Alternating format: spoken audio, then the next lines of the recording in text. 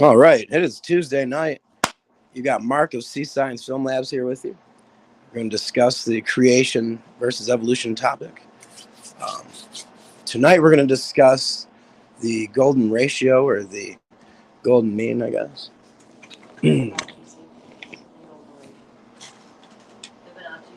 Oh, yeah, the Fibonacci sequence. Yeah. So I'm going to take a look here.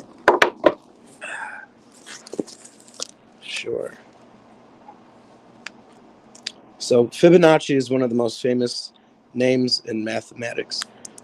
This would come as a surprise to Leonardo Pisano, mathematician we now know by that name, and he might have been equally surprised that he has been immortalized in the famous sequence 0, 1, 1, 2, 3, 5, 8, 13, and so on, rather than for what is considered his far greater mathematical achievement, helping to popularize our modern number system in the Latin-speaking world.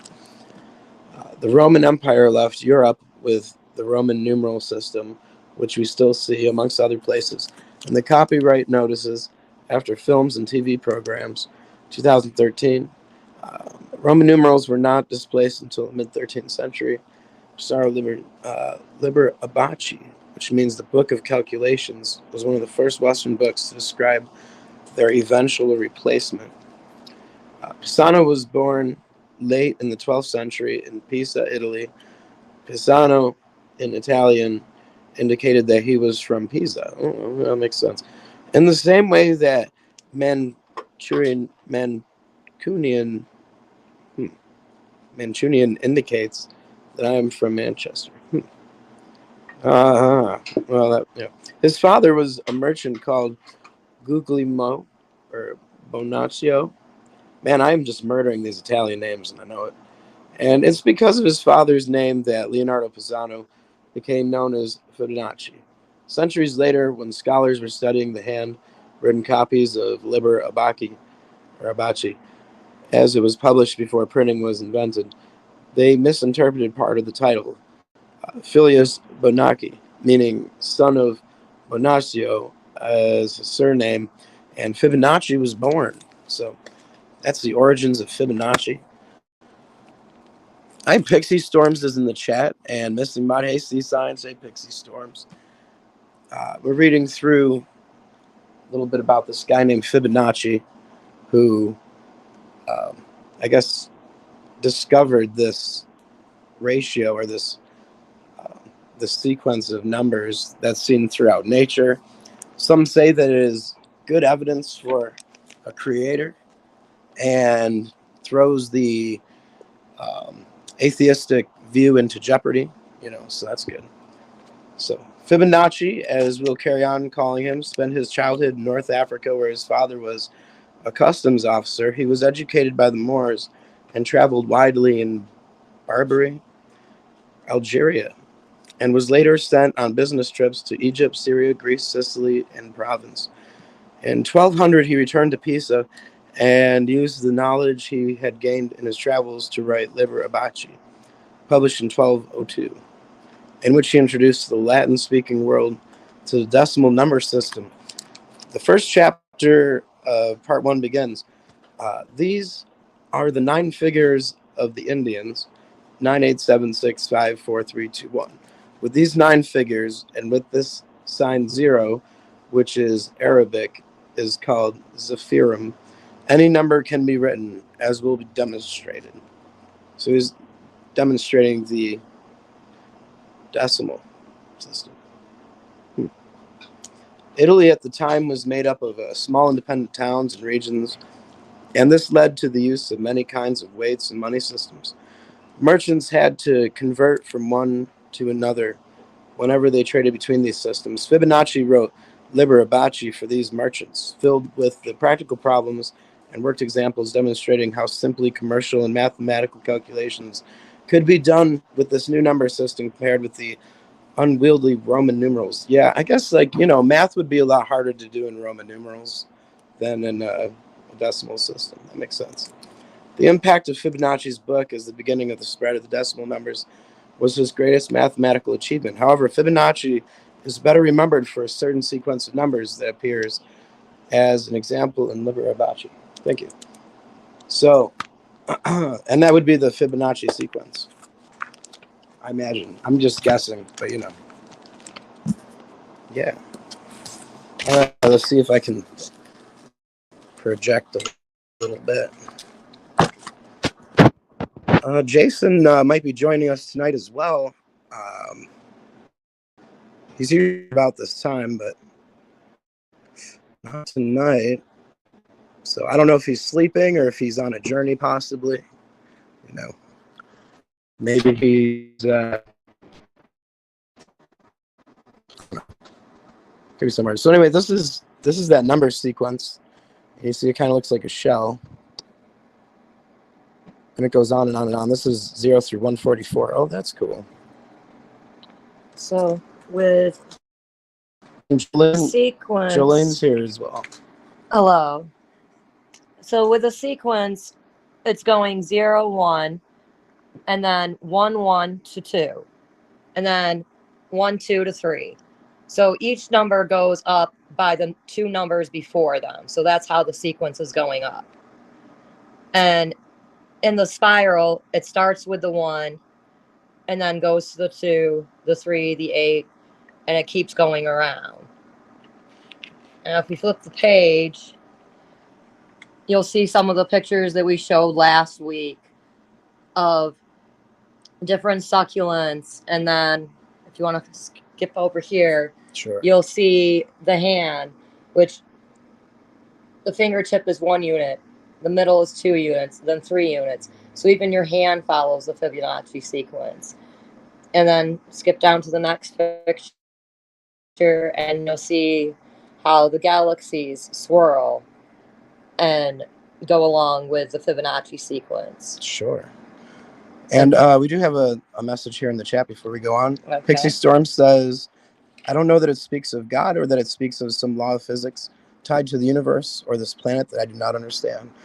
I mean, that's a good point to be made because, at the foundation of reality, you have these physical constants that basically direct how reality is, So, I mean, it makes sense that if reality is fine-tuned, that you would see these patterns in nature, So basically, it's the argument between was this universe intentional, or is it just the result of some undirected cosmic belch? Well, as far as the Fibonacci sequence and golden ratio goes, as you can see, like everything, an egg follows the Fibonacci sequence. Your fist, when you go like this, if you skip down to the next picture, will follow the Fibonacci sequence. Huh. Even your ear. And then we skip down to the next picture, which is multiple ones, and you see the galaxy. The biggest thing is a sunflower. I'll skip forward in a little bit, but if I remember, a smaller sunflower has, I think it's like 144 of the sequences in it, whereas a larger one has 300 and some. I'd have to reread it again. My dad was briefly trying to go over it with me earlier because I hadn't had time to really research it this week with just coming out of the hospital. But leaves on trees and plants, your flowers, storm patterns, shell patterns, everything in nature follows along with the Fibonacci sequence. I know we've got a little bit of glare here. I don't know if I could play with the lights a little bit. And this says, pineapples grow in a numerical sequence. 8 parallel rows of scaling and spiraling gradually. 13 parallel rows of scaling, spiraling, a medium slope. And then 21 parallel rows of scale, spiraling, I'm not sure, steeply. And so it goes to the 1, 2, 3, 5, 8, 13, 21, 34, 55, 89, and so on ratio. Then 144. That's pretty interesting. I mean, I guess like if these patterns exist, it's either um, yeah, I guess that could be considered good evidence for, a designer. If you're seeing all this design Yeah, in nature. Oh, there's a crop fetus. circle right there. I Yep. see. There you As go. you can see, like the fetus, and then when plants curl, they curl according to the Fibonacci sequence, which we were showing some of those pictures this past week. Sure. And he also wrote down, my dad wrote down the formula. It says you add the last two numbers to get the next. And then, if I can read his writing here, it's x sub I plus 1 equals 1 point.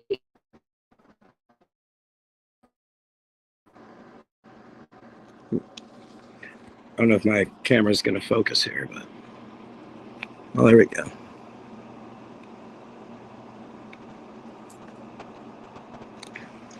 Yeah. And then he shows down here, if you take a box, each time you square it and you cut it in half, you're going to get the 1.618 ratio to that box.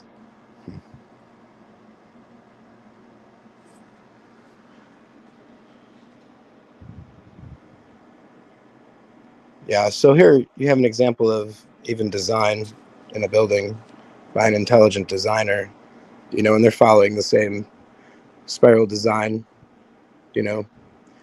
So like Pixie Storm says, humans, we tend to see design where there is none. I mean, our brains, we automatically kind of look for patterns in nature anyway, That is true. Now, there's something to be said though when you see the exact pattern again and again, like in pine cones and sunflowers. I mean, but like again, this could all be a result of just the way reality is, or the physics of this reality. So, and as I was saying, you have the physical formulas that physicists use to describe um, laws of nature and such. And the values that they're using, these symbols like E equals mc squared and such, these values are physical constants. And these constants have existed according to cosmologists and even any physicist, I guess,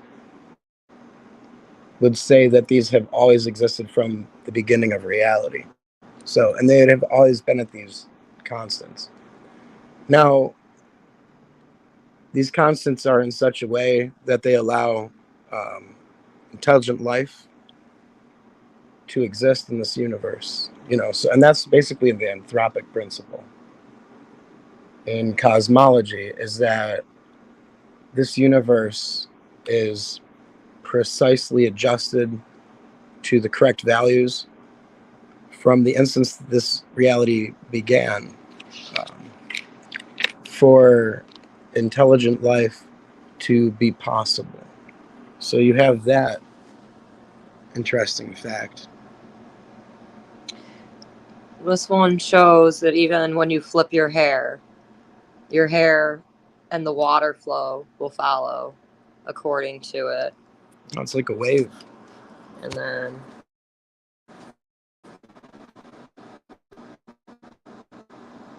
Big Bad Mama's chat. Big old baby.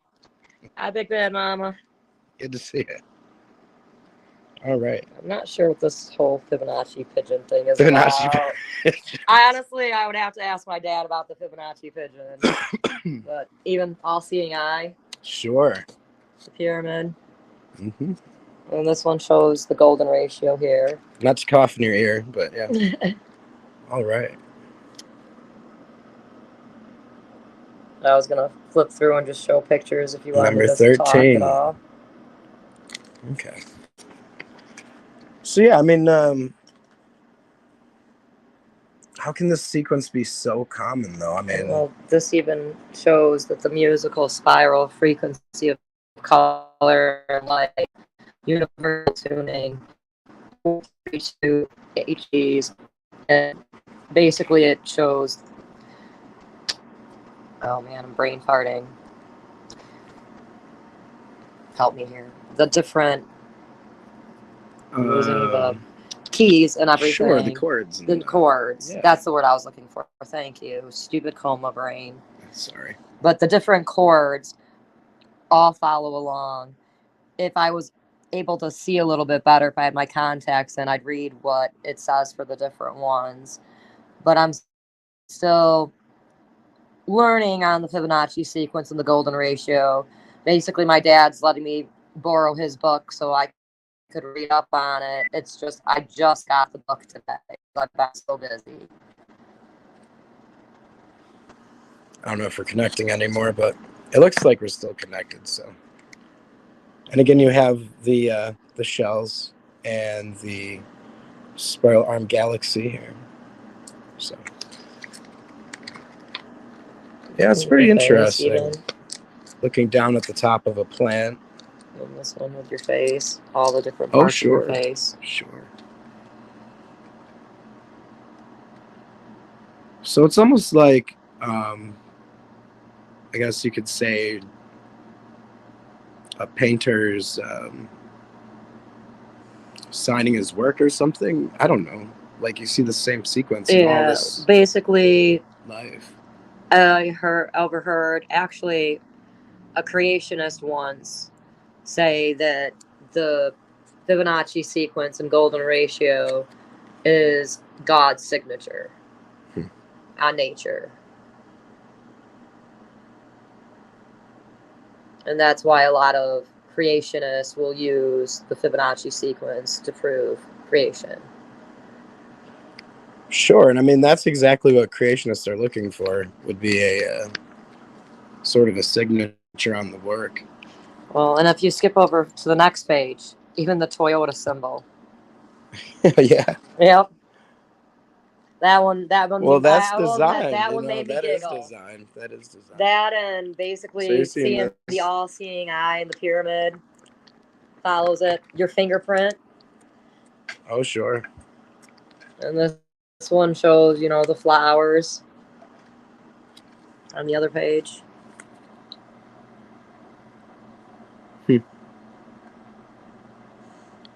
I mean, this book just has pages and pages of evidence. I mean, as you can see, if Mark backs up a little bit, I mean, it's a huge binder. Sure.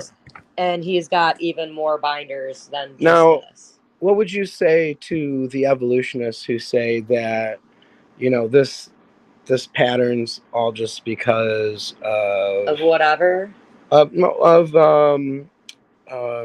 Circumstances? Happenstance. Of just reality. I mean, reality, yeah, just the way reality is, and so like we would expect to see all the same patterns throughout nature if it all arose naturally. But when you're seeing it as many times as you're seeing it over and over again, sure, and not just in a human body, you're seeing it in animals, in flowers, in trees, in the galaxy. It's everywhere. Sure. Well, it is interesting. I appreciate you bringing this to the table. And there it is again. Storm patterns. The swirling patterns of a storm in the sea. And we have pixie storms here. So the storm in the sea, there you go. There we go. All right. So, yeah, I mean, it's interesting to see all these, even in the, what is that, the Chicks pea plant? Or what is that? Honestly, I'm not quite sure what kind of plant that is. All right. I know it's one of those succulents. Yes, I just know it's a succulent. I'm not quite sure what kind. Yeah, this is great stuff. Yeah, I mean, some of these pictures are just ones that are repeated. This one was the one showing the all-seeing eye here. I don't know if you showed that, but so, Fibonacci, he is Italian. yeah, I was gonna He's see from where he's it from is. Pisa, like the Leaning Tower of Pisa, Pisa. That's pretty interesting. Oh, here's where it shows the actual. What was it with all the Italian mathematicians? I think they just had really great math It classes. must be. Yeah. But if you wanted to show this for any mathematicians on there, this actually sure. shows the literal. I don't know if you can get it without a glare. Maybe. Maybe Let's see. let's see if I dim the lights a little more or something for a second.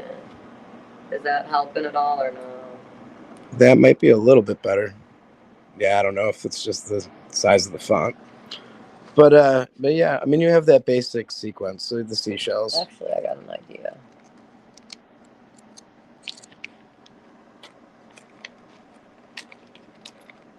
But let's see. And here's the math. There we go.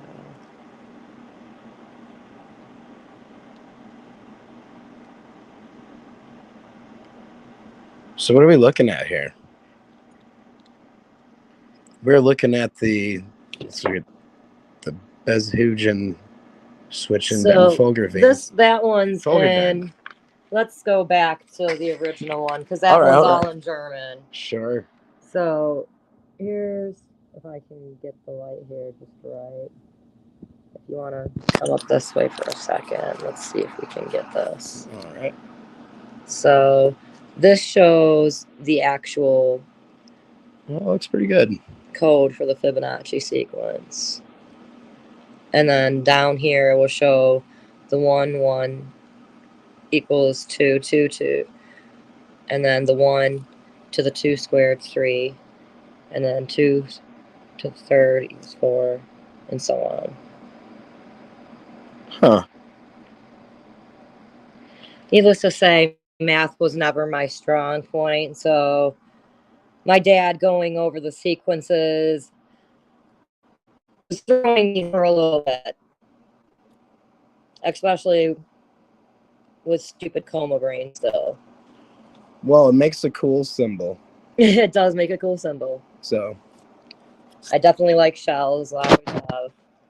well, I think this is an interesting, line of evidence for creationists to lean on here. Oh, and there you have the box version of it shown again. That's interesting. I've seen some some blueprints for houses that look quite like that. Same. Yeah. All right.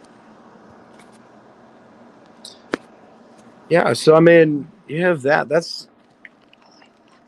don't think we've ever gotten into. Yeah, try that. I don't think we've ever gotten into the golden ratio as far as claimed evidence for God. But I mean, the evidence for God is overwhelming to people that are willing to see it. I mean, I guess like as simple as for some people just open their eyes and realize that all the design in this reality, and that's just enough for some people to believe in God. Some people want to see God firsthand, talk with him or something before they'll believe in him. But I don't think that's necessary. I think you can kind of arrive, maybe not on the identity of the creator, but I think you can kind of logically reason out that there must be some designer.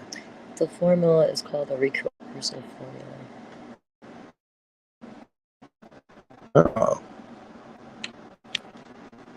There's some more math. We got some more. So that formula that we were showing earlier, it's called the recursive formula. Oh. In fact, I think there's a bigger example of it. I can skip forward. And then there's also the explicit formula, Fibonacci sequence explicit formula, which if you would like to show that picture Sure. here. What is this, coffee? There's coffee in it. There's coffee in Oh, it. thank you. Here. Coffee and coffee whiskey and The moonshine. explicit formula. It's an Irish coffee. Oh, thank you. Thank It's for us Irish people. you. All right. So this explicit formula is different than the clean version. Fibonacci sequence's explicit formula. Explicit formula means a formula that allows direct computation of any term for a sequence.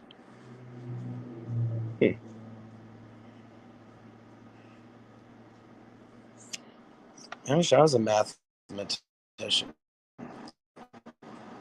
We need to get my dad on here because he's a mathematician, so I've asked him to join us some night.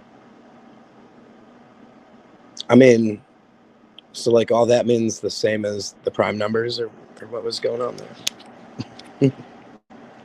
Yeah, basically Okay. F1 equals 1, F2 equals 1, F3 equals 1 plus 1 equals 2. Sure. Which is basically how we were going earlier, is the 1 plus 1 equals 2, the 2 plus 1 equals 3, 3 plus 2 equals 5, and then so on. All right. So basically, this one is just going F to the 1, F to the 2, F to the 3, and then so on. Okay. So yeah, so there's these patterns in nature. I mean, I don't know how many are actually formulated like this. I mean, you have the anthropic principle too. I know there's a formula for that, a couple formulas. Yeah. There's another formula by another guy called the Fibonacci formula or something like that, but the Binet formula. But basically, that's all kind of foreign to me as far as that formula goes. I don't even know how to read that one. Okay, so here's another pattern. But there's a couple different formulas besides the Fibonacci formula that go along with it that are from other countries and everything.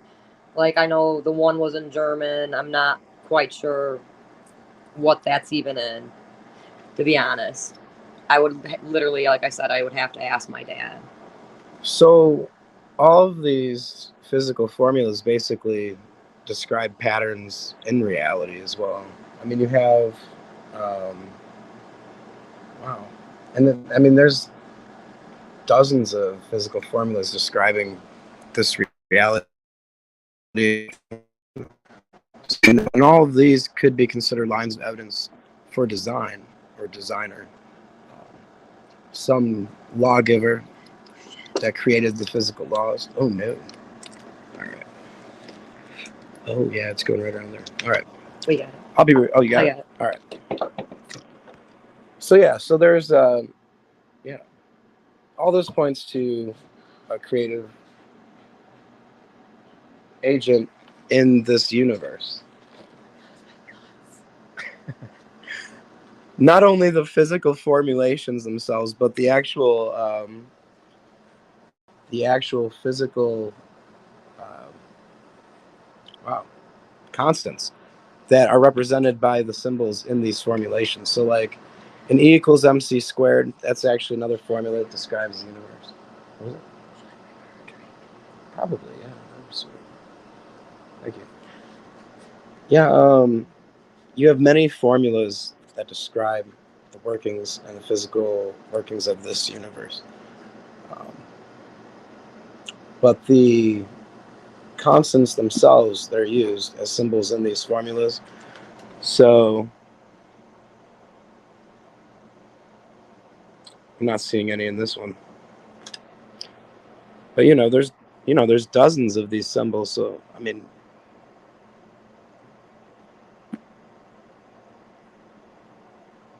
yeah, pretty bad example. Let me see if I can't get off screen here and look at something.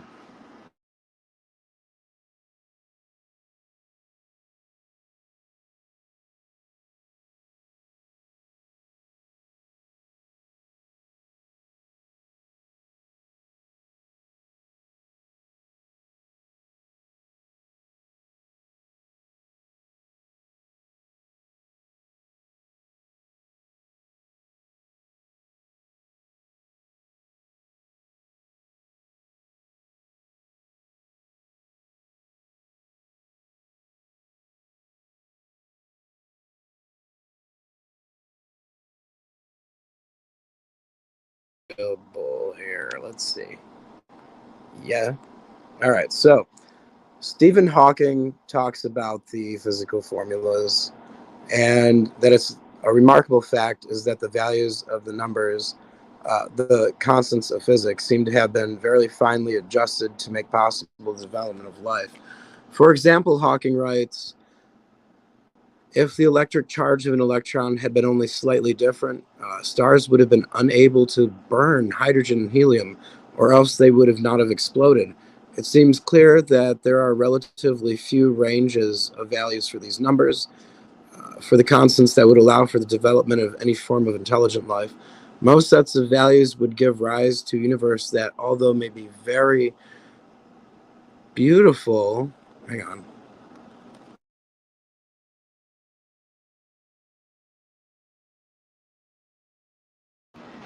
and okay, and I lost my spot. It's better. No, I'm good. I got it. Would not have exploded. It seems clear that there are relatively few ranges that of values for these numbers that would allow for the development of any form of intelligent life. Most sets of values would give rise to a universe that, although it might be very beautiful, there we go, would contain no one able to wonder at that beauty. So Hawking then goes on to explain that he can appreciate taking this as possible evidence of a divine purpose in creation. Stephen Hawking is probably one of the most famous atheists, and he wrestled with the fact that this universe appears to be finely adjusted for intelligent life to exist. So, and Missing Bot is back. Hey, Missing Bot. And that's exactly what I was talking about. Is there's these physical constants that are used in this physical formulations, like the Fibonacci sequence, or even E equals mc squared, by Einstein. Um, the big E representing supposedly all the energy in the universe. Uh, the M, the large M equaling supposedly all the mass in the universe, all the matter in the universe, excuse me. The large M represents all the matter in the universe. Then the small c is the constant speed of light. So these letters or these symbols that are used in the physical formulations, they're also evidence of a creator God, because at the foundation of reality, you have these physical constants and these physical formulas, basically, that we use to describe the laws of this reality. This all points to a designer, because if a reality was going to be completely by chance, undirected, usually, I mean, I'd expect there to be maybe probably no conscious observers, for one thing. But even if there was, there'd be like one conscious observer and an empty universe. So the fact that this reality has interdependent systems like solar systems, galaxies, even life systems, ecosystems, all this right here in a single universe, and it includes intelligent life. All this doesn't seem by chance. It all seems very directed and intentional. So, and that's basically the creation argument against atheism. As far as the fine tuning argument, and even the fine tuning argument really goes into the Fibonacci sequence. So that's why we're getting into it. Yeah.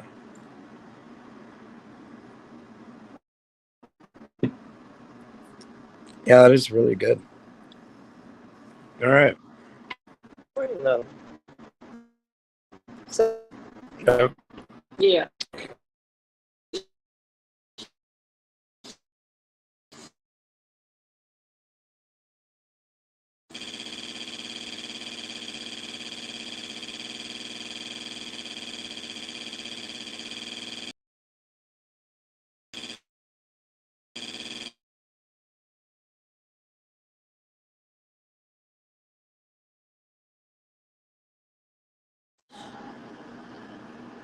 Testing. All right, I've got some sound coming out here. I'm just going to wait until the other bar comes back before I read this next quote. So what do you think of the lab so far? That's pretty cool so far. Yeah, all right. Yeah. Definitely learning experience. Heck yeah. Definitely thing that's pulling me out of my normal comfort. Not used to talking to a bunch of people and using my actual voice. I'm used to just typing. Hey, you're not the only one. You've been doing this for a while. And you're not shy and quiet Oh. normally Well, until you get out of your neither. shell. You're not very quiet or shy, so we'll see. And you've known me all my life, though. That's true. That's true. All right, so we're coming in loud and clear. Let me see if I can't read this. All right. Hawking writes in his book, A Brief History of Time, which is basically a book where he describes time, or his idea of cosmos and time. So we have Hawking writing in his book,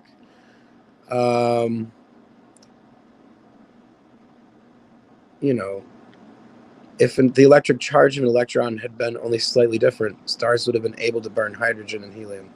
Okay, that's the same quote. So anyway, we're just giving a reference for it, which is from his 1988 book, A Brief History of Time. And, Hawking, he wrestled with the fact that the universe appears to be precisely adjusted to allow life, to allow stars, to allow solar systems. Like, he understood these things. So it definitely was something he wrestled with logically. The fact that, there's a constant charge in an electron, and each electron in the whole universe has that same charge, and that the workings and what must be the mechanics of stars, the fusion that goes on. This is all a result of something that occurred initially in this reality. So you either have to believe in a prime mover that set all these values to their set precise values to allow these interdependent systems to exist in this reality. And you would have to believe that they were formed, due to natural processes that were directed from the beginning. Because, creationists, we can believe that in different creation events. So, like the creation of the universe, and then the creation of the earth and its environments here and the life on this planet, different creation events are different in a sequence, Whereas the atheists that believe in the Big Bang, they sort of have to have everything right from the get-go. They have to have all the laws of the universe that allow for stars to form and function pretty much given to them for absolutely free, by this Big Bang model. Isn't that the same thing you were trying to read earlier? No, I don't think so. Because that's related to Darwin, but that's interesting. No. Stephen Hawking was saying that about evolution, that there's no time to wait for Darwin's evolution. Oh, yeah. Well, yeah,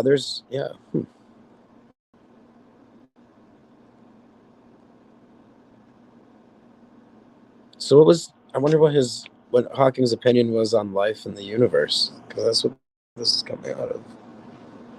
See that? Because I know a lot of the cosmologists don't believe in intelligent life elsewhere. And then they're like, there's no intelligent life here. Ha ha ha. There's no time to wait for Darwinian evolution to make us more intelligent and better natured, but we are now entering a new phase of what might be called self-designed evolution, in which we'll be able to change and improve our DNA. And that was said by Stephen Hawking. Yeah, so he's like, we're going to take control of our evolutionary future. And that's exactly what, that's what they're pushing in the media. Do you remember that clip that I showed you of the atheist guy from, Guardians of the Galaxy Yeah. Volume 3, and he's like, we're gonna direct evolution. Like, and they've got like this evolution machine. Well, basically, it goes on to say there's a project now on to map the entire sequence of human DNA. It will cost $1,000, but that's cheap for projects.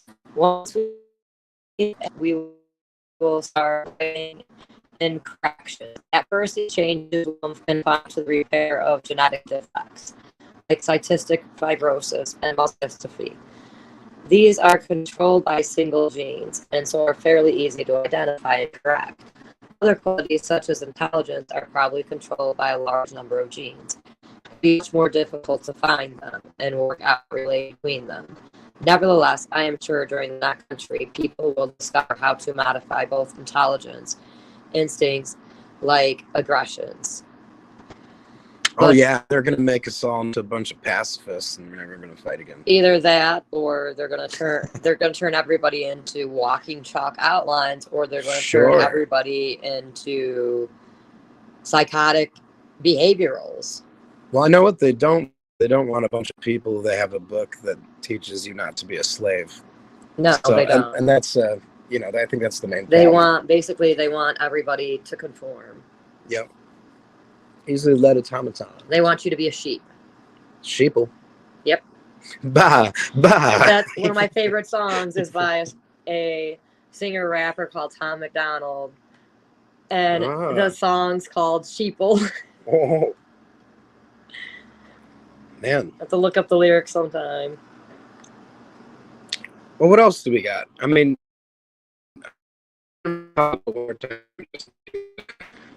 Hawking writes in his book A Period of Time, the electron had been only slightly different. Stars would have been able to burn hydrogen and helium, or else they would not have exploded.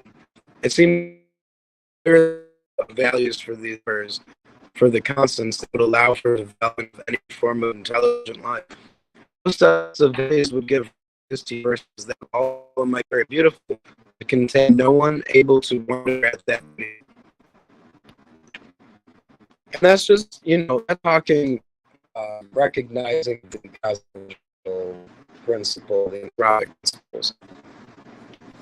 The fact is, he wrestled with the fact that intelligent life was sort of written into the universe, like the plan, especially if he believes in evolution. His model of evolution is that the Big Bang occurred and everything evolved there. So life was part of the plan from the Big Bang anyway. Or like create, we don't believe that just occurs naturally. That's how it says the universe is created. Yeah. So this says how Hawkins says the universe is created. He said, our universe and all others crystallize of eternal in a super energetic cosmic expansion. Each individual universe at birth is written with its own unique laws of physics. Amazing. Most of these universes in the multiverse are dead, but our cosmic home won the physics lottery. That's cute. Yeah. So he definitely believed in multiverses. I mean, like, that's what you gotta believe if you're an atheist, because it's either that or this is the only one. So why the hell would the only one be the only one working one? And then there would actually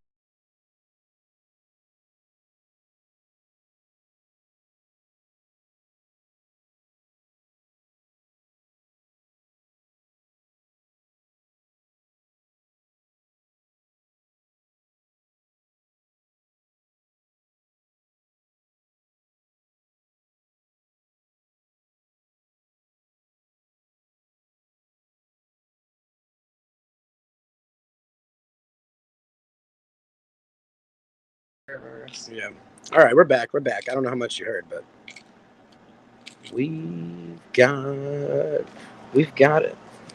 So what did Hawking say again? I'm sorry. I think we got into that. All right, let's see. Off track. All right. It was saying how Stephen Hawking said the universe was created. Our universe and all the others crystallize out of a bout of eternal inflation, a super energetic cosmic expansion. Each individual universe at birth is written with its own unique laws of physics. Most of these universes in the multiverse are dead, but our cosmic home won the physics lottery.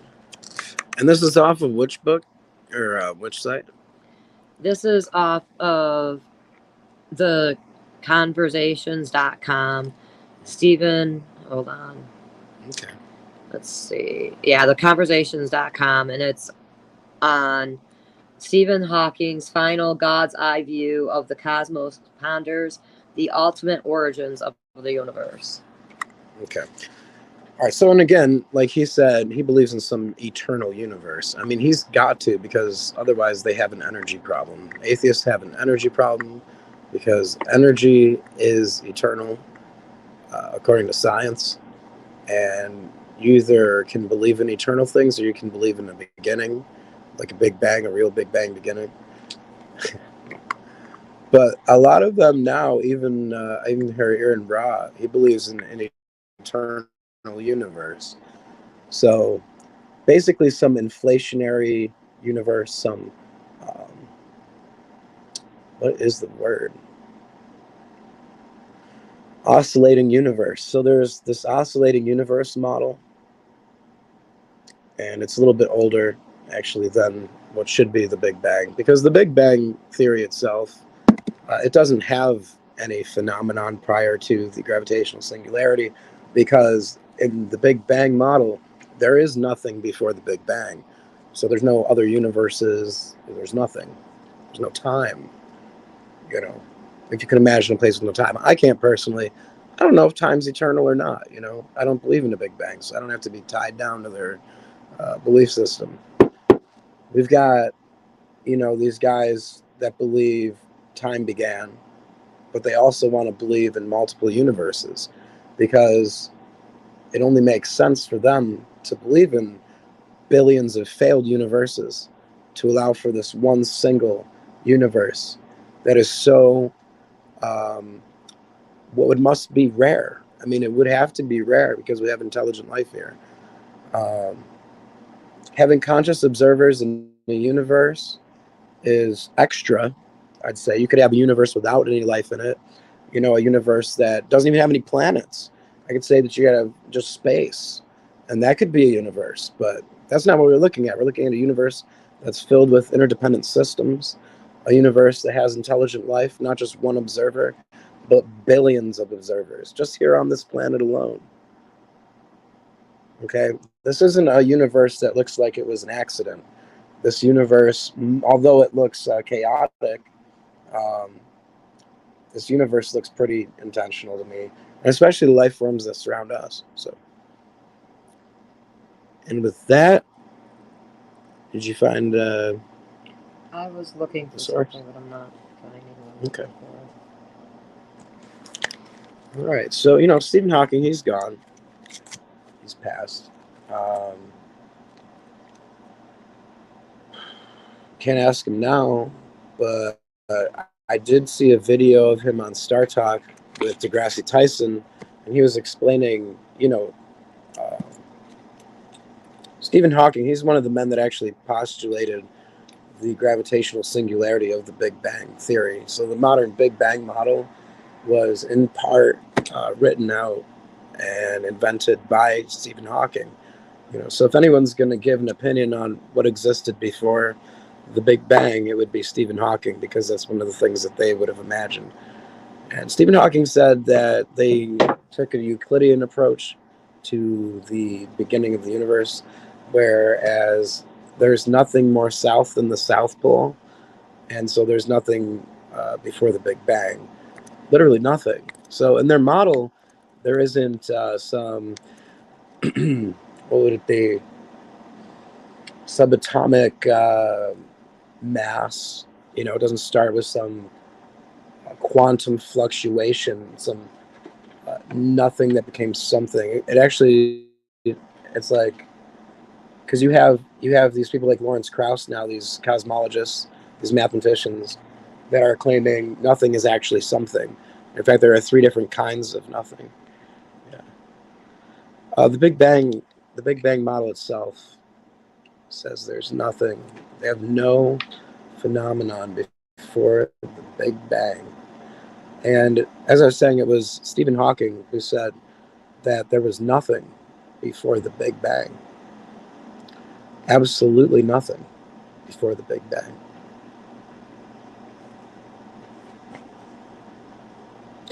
That's what YouTube atheists say. But if you talk to actual cosmologists, they're going to tell you that the Big Bang model has nothing before the Big Bang. So they have no phenomenon prior.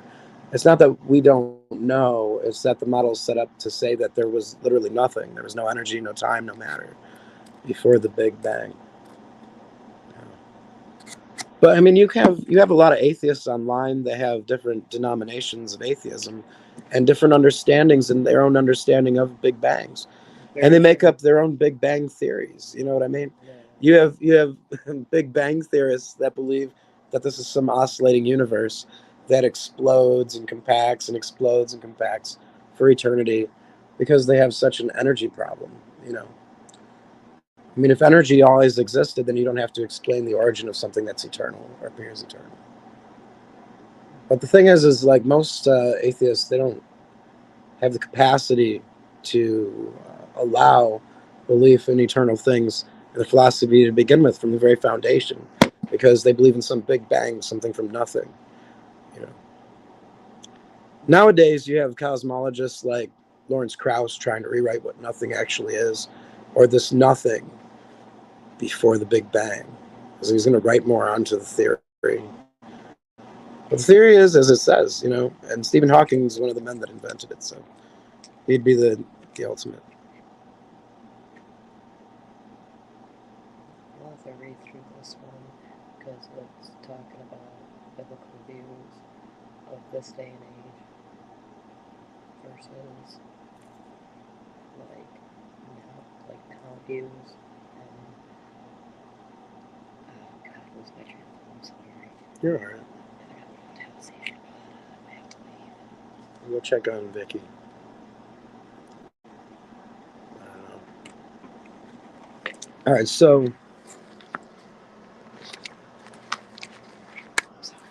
you're good.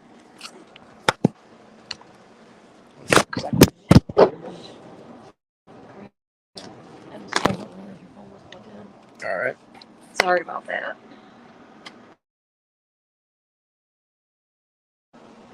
See you in a second. All right.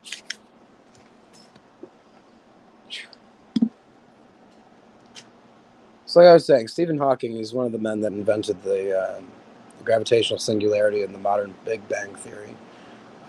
If you're interested in what the man that actually invented the model believes existed before the Big Bang, I'd suggest that you look up in YouTube, because there's actually a clip on YouTube about it. It's called Neil deGrasse Tyson asks Stephen Hawking what existed before the Big Bang.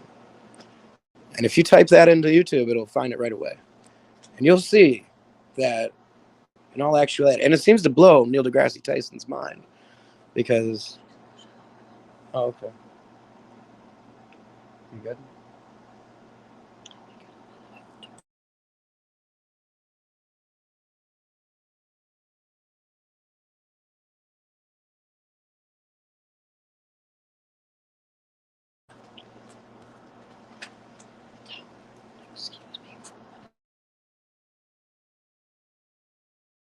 All right, you can say it actually if you want. I'll be right back. I just gotta take some meds and stuff. All right.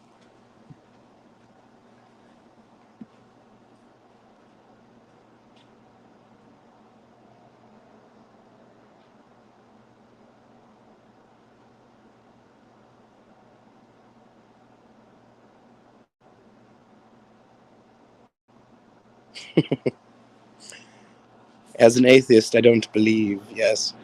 Well, I mean, I don't know if you're being sarcastic or if you're not actually an atheist, but It's my opinion that atheism is a belief in itself. So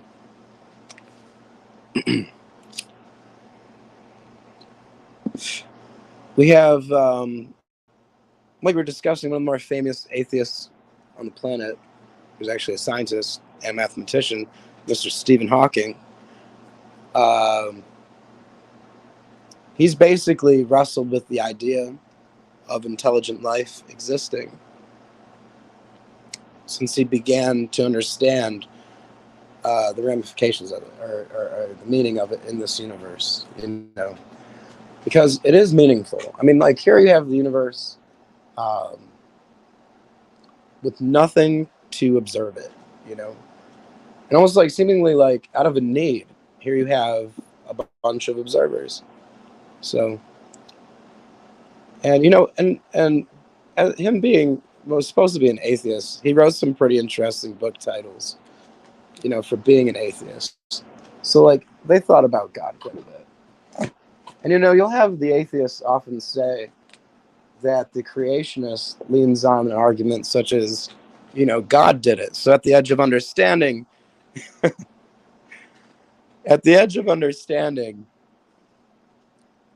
they'll say that creationists reach for God. What created the universe? God did it. Well, on the other hand, you have the atheists, and I think, like, they have Big Bang logic. At the edge of their understanding, well, the Big Bang did it. So, what created energy? Well, the Big Bang did it. What spread the matter throughout the entire universe? The Big Bang did it. It was the inflationary epoch. And it's like they lean on these these models that are just so far from any of the scientific principles and laws that we know. I mean, energy can't be created, can't be destroyed, it can't be created. I mean, right there, those are two values of something that would be eternal. So it is interesting.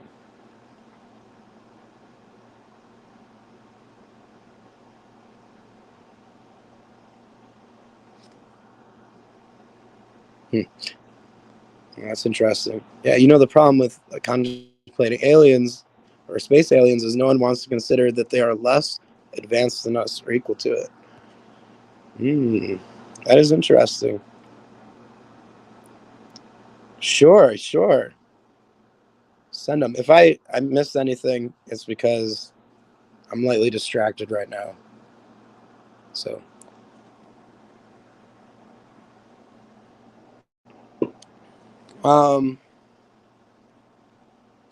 creationists,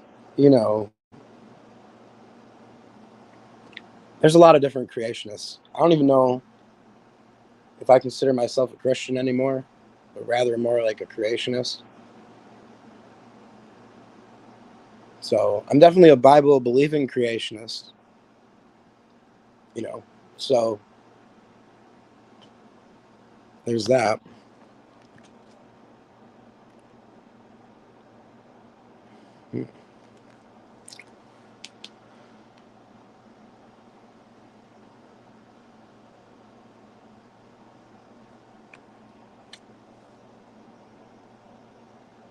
Okay. Yeah, I mean, I agree with all science. It's more the different theories surrounding it, the beliefs surrounding it, and the estimations made by implementing one of those theories that I don't really believe in. That's the stuff I mean, that's not really science. That's more, like I say, theory, conjecture, guesswork, if anything. So.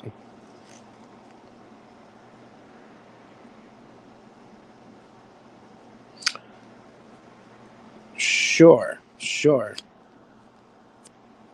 hmm So energy cannot be created or destroyed, correct?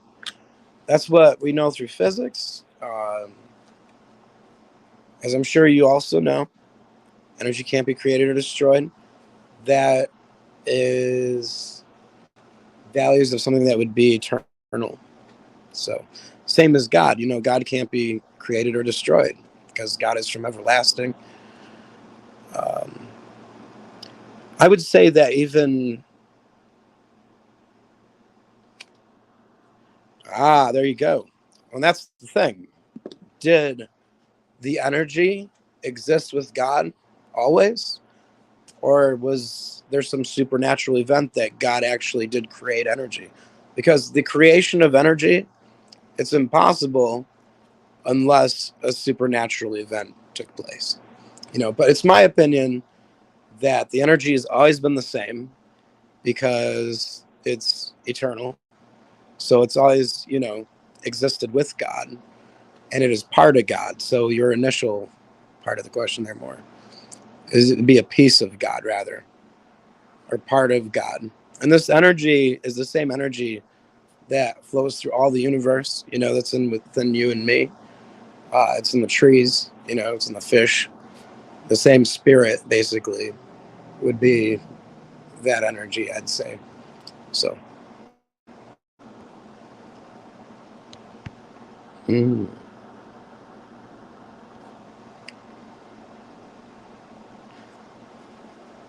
Right, right. I don't think it can be created. Now, it would take a supernatural event of God to create more energy if energy isn't eternal. But as far as we know, energy cannot be created or destroyed. So there's no reason to believe that energy was ever created, and it could have just always existed. So I'd say like creationists would believe in eternal aspects, at least of the universe, and certainly an eternal God, you know. But, if why could God not have been? Well, then it'd be like, who created God? And then God would be finite, you know. So it's kind of.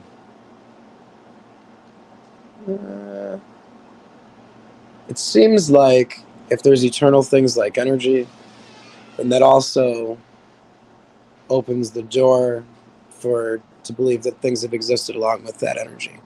Whether entities or his angels or whatever. I mean, you don't need to believe in the Bible version of reality to believe in creation. Like I was saying, you can believe in a creator God without ever identifying them, you know, just reasoning out the fact that this reality has so many interdependent systems, and and it appears to be created intelligently. So, um, I agree with that because I welcome was back. listening a bit to what you were saying while I was outside getting a little bit of air. And as I've already told you, I've been getting back into reading my Bible since being in the hospital. And I also was reading other Bible versions. In fact, I was handed what I originally thought had been a satanic Bible because it was in Spanish and it said Satanica Biblica on it. And I'm like, wait, why are you handing me a satanic Bible, person? Almost threw it across the room when I realized, wait, no, this is a Spanish Bible. I honestly barely remember any of my Spanish, yet I started reading that as well and started literally learning Spanish all over again. And I actually read a Buddhist Bible that they had in there and some other Bible that they had just because I was interested in what they said. And to be honest, I actually have in the past because one of the bands I listened to piss people off, they became part of the Satanic Church. And they would post verses out of the Satanic Bible. So I've actually read some of the verses of the Satanic Bible. And I have to admit, even in other versions and other Bibles, there is stuff that can relate to life that you can take positive things from, even in the Satanic Bible. But at the same time, as you're reading those different versions, there's so much more depression in them. People say the Bible's depressing because there's death, there's murder, there's rape, there's this and that in it. Yet at the same time, there's so much hope in the Bible, whereas these other versions don't share that hope. Their God in those versions is dead and did not resurrect. Their God did not create the universe in a lot of these versions. The universe just became one day. The Bible is the only one that teaches creation to a full extent. Interesting. Well put. All right, so the question is... My internet's not working. I'm trying to read over your shoulder. Oh, you're all right. Let me just turn it this way. So, we can never be separated from God if we're all part of God. Sure. I mean, if God is what is also making up the entire of the reality, then we'd always be part of it. Sure, I see that. But so with this, you have to pretty much go into the religion side of things and actually into the Bible and what some of the doctrines included in the Bible are, as far as the resurrection and stuff.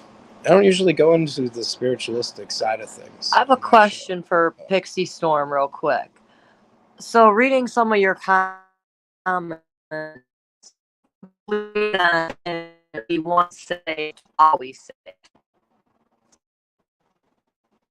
Because a lot of Christians believe that once you're saved, that no matter what you do in life, even if you turn your back on God, that you'll still go to heaven in the end. So I had a good friend who was actually pastor's son. The pastor and his wife were in a bad car accident. The son became a Satanist and literally was found in a pentagram of his own blood with a note saying that he was going to bring them back. Okay, you're not a Christian then. Some of your comments made it sound like you were possibly a Christian. So do you just believe good. You just believe that there's a higher power and a God then? Okay, let's see. I'm trying to read what she's saying. I'm saying God doesn't answer anything. Okay, I see what you're saying now. Okay. Sorry, my internet on my phone has not been working, and I've been trying to read over C Science's shoulder. Okay, so let's get back to the beginning here. Okay, so in your comment saying that God can't destroy any of us really, and sending somebody to hell, isn't that destroying them per se? Matter can be destroyed, which is a good point. I mean, these people... That's true, your soul can't be. But then you have the question, like, is your spirit really yours? Does it really... is it yours personally, or does it belong to God? Because, the Bible, it says when the man dies, his spirit returns to God. Yeah. Or whatever. But his soul, or more like his ID, or his identity, or his ego, I think, like your soul would be like yourself. Yeah. Or like your idea of self, I think. So, like, I differentiate between soul and spirit in that way. Where, like, the spirit's more like the energy, or even the energy in your body, that makes your nervous system function. And, like, we have so much energy in us. Basically, like, that's why I was trying to explain to you the whole grounding. Sure. Like, going outside and being able to touch the ground with your feet, your hands, and everything, and being able to get the electrons and stuff, and replenishing your body. All right, so we start at the beginning here. She said, energy cannot be created or destroyed, correct? Sure. So would you say that is how God is eternal? Sure. I mean, I would say that the energy is part of God, like you were saying initially, Pixie Storms. So it'd be that it would be eternal along with God. or his ID, his personality. You know, like his person or his mind has always existed, and so like his energy would have always existed with him. And you know, energy is eternal, but so is God. So I think even you can even say that's his spirit in nature, you know, or you could see it that way. So is all energy a piece of God, or is God creating more energy? I'd say yes, all energy is a piece of God, and that God is eternal and has no bounds. So it makes sense that this energy is not only eternal, but infinite, you know, quite like God. So it's not like God had to sacrifice a part of himself to create this universe. You know, even though he used the energy, it's he's got an infinite source of it. So because he's I mean that's what it is, right? To be eternal and all powerful. Yeah. So God, energy was created. So either we are all God or energy was created, right? So matter, I think, would be more of what was created there. So you have the idea of are we all God? No, especially not his personality. You know? But like, are we all part of God? Well, if we're all created from his own spirit, from his own energy, then yeah, we all are part of God, you know, in a way. But we're also our own persons. Yeah, because God gave us free will. Sure. That's why we're able to sin. Sure. Yeah. That's why we're able to choose what we drink and eat in the morning. You know, it was kind of necessary for this universe to have the seeming chaos or whatever, these choices, for us to have this this ability to live, I guess, the lives we do. I mean, it would be pretty. It wouldn't even work, I don't think, if there wasn't freedom of choice, you know, or this chaos, basically. So it's interesting, and I like this. I mean, it's more like philosophy than getting into philosophy more here, but that's okay. We can do that tonight. And if it were created, then why could God not have been? Well, yeah, yeah. I mean, well, and then that gets back to like, I don't believe it was created. Obviously, I believe it's eternal. I think you do too, at this point. So maybe not. You correct me if I'm wrong, but so we can be separated from God even if we do not believe. So we cannot be separated from God even if we don't believe. Well, you're right. I mean, he knows your number, man. He knows every hair on your head. You can't be separated from God unless he separates you from him, which is what the judgment, I think, is about. But that's part of the Bible. You can actually separate yourself from God. So, sure. I mean, you can try, like Jonah. Like, you can keep turning your back on him, but if God has a plan for you, like he did with Jonah, then he doesn't turn his back on you. Oh yeah, I mean, you can turn your back try to run from him like Jonah, but like you gotta realize the dude's on the boat with you before he went in the fish. Like he's part of the boat. He's sitting there looking at Jonah like, what the hell are you doing? Basically in the hospital. I mean, I should have literally marked a test. I should be dead right now. I should not be here. Obviously, he's got some sort of plan for me. Maybe it's to tell my story of why I was really in there. Maybe it's to help other people. I really honestly don't know yet because I'm still figuring out what exactly I even believe anymore. All I know is there is a God that created the world. If you look around at nature, at the human body, it's evident that there's a creator. We didn't just happen. I like that opinion. So the question is here, so God cannot destroy it, it's not really. And it's like, well, if it, like, again, like you go on later on to say Pixie Storms, if we're matter, then we can be destroyed, but the energy itself can't be. But if that's not ours personally and it all belongs to God, then what do you have of yourself left? If we are destroyed. I mean, to be dead and not exist for me is to not be. So, I mean, Yeah. this life, like God is the God of the living, not the God of the dead, is what Jesus said. Is he said that our God is the God of the living, not the God of the dead. And to me, that means that this life is the life, and there's nothing in death. So, like a lot of Christians, I think they seek basically eternal death with God and their friends, or some heaven or hell right after they die, and they remain ignorant of what would be the resurrection of all life, or the promise of the Bible itself, which is the hope that we all get to live again someday. It's not the hope that we all get to be dead forever. We're promised eternal life, not eternal death with God. So, this is going to happen in this reality, in this life.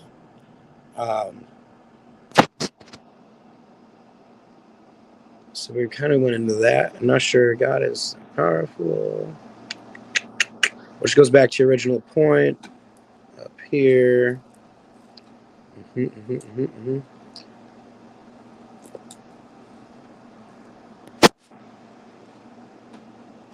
Okay.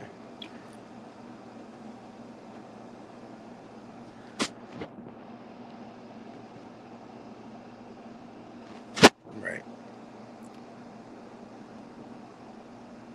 Satanists don't actually believe in Satan.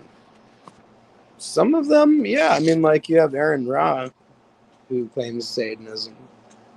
He's a YouTube atheist. He's pretty famous. But he just says he's an atheist, and claims Satanism to get to creationists So, or Christians. my thing with atheists is if they don't believe in God, then why do they believe in Satan? How can there be Satan without God? I had to ask my brother that when he became an atheist. Because Sure. he would constantly go on and on about Satan, but there's no God. I'm like, well, how is there Satan if there's not God? How are there demons if there's not angels? Because he literally would say that there's no God, there's no angels, but there's a devil and there's demons that attack us. And that's why the world is as bad as it is.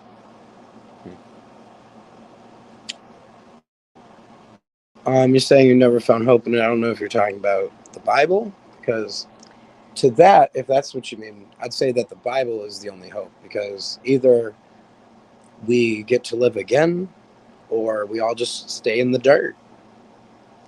Yeah, we die and we just get eaten by maggots, and that's the end. Which is fine. I mean, I'd like to live again, because living is where it's at. I think it's the dying stuff you gotta steer clear from, as long as you can, I'd say. But yeah. Then when you die, you have a new body. If you go to heaven, you're not in pain anymore, and you get to see all your loved ones. Sure. I mean, you're having a second life. Yeah, like the resurrection. So if you don't believe in the resurrection, then what hope do you have for after you die? There's no hope. I guess your hope is in this life, where you can help people here and do everything, and no one remembers you in 200 years. It's very, very futile, very vain, just meaninglessness if there isn't this eternal life. I mean, the hope of the Bible is that we get to live, not that we get to die for forever. So, but that's probably the hope of the Catholics, right? They first we go to purgatory, yeah, then we go through 7 different layers of hell or something, and then something like we get to go to heaven. Oh, yay! Goody. By the time you get to heaven, it's finally here. Yes, I say it as popes aren't biblical, and neither is the majority of the rest of the Catholic dogma surrounding the Bible. So. I mean, my dad literally was smacked by the Pope, the bishop, or somebody like that because he was asked to kiss the ring and he wouldn't do it because he was if I remember correctly, he was quoting the Bible about not bowing down before idols or something like that. Sure.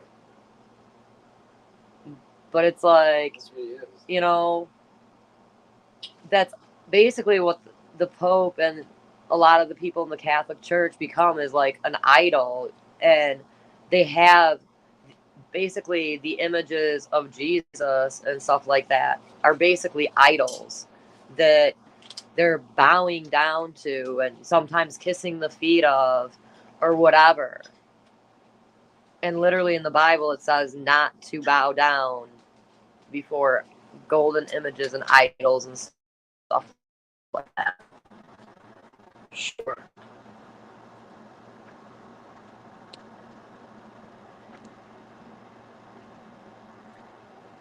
Also not true. I know a lot of religions that has creation. Yeah, I don't know what that's not true too that we said, but that's true that there's a lot of religions that have creation.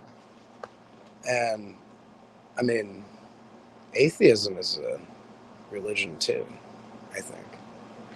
So like, in and of itself it is. sure. Same with agnostic. My younger brother grew up in a Christian home, became agnostic, and now basically he's come back asking questions. Pixie, would you like to join the? I gotta put the live chat in. Oh my goodness, I didn't even put that in there. Let Pixie join in and actually be able to speak.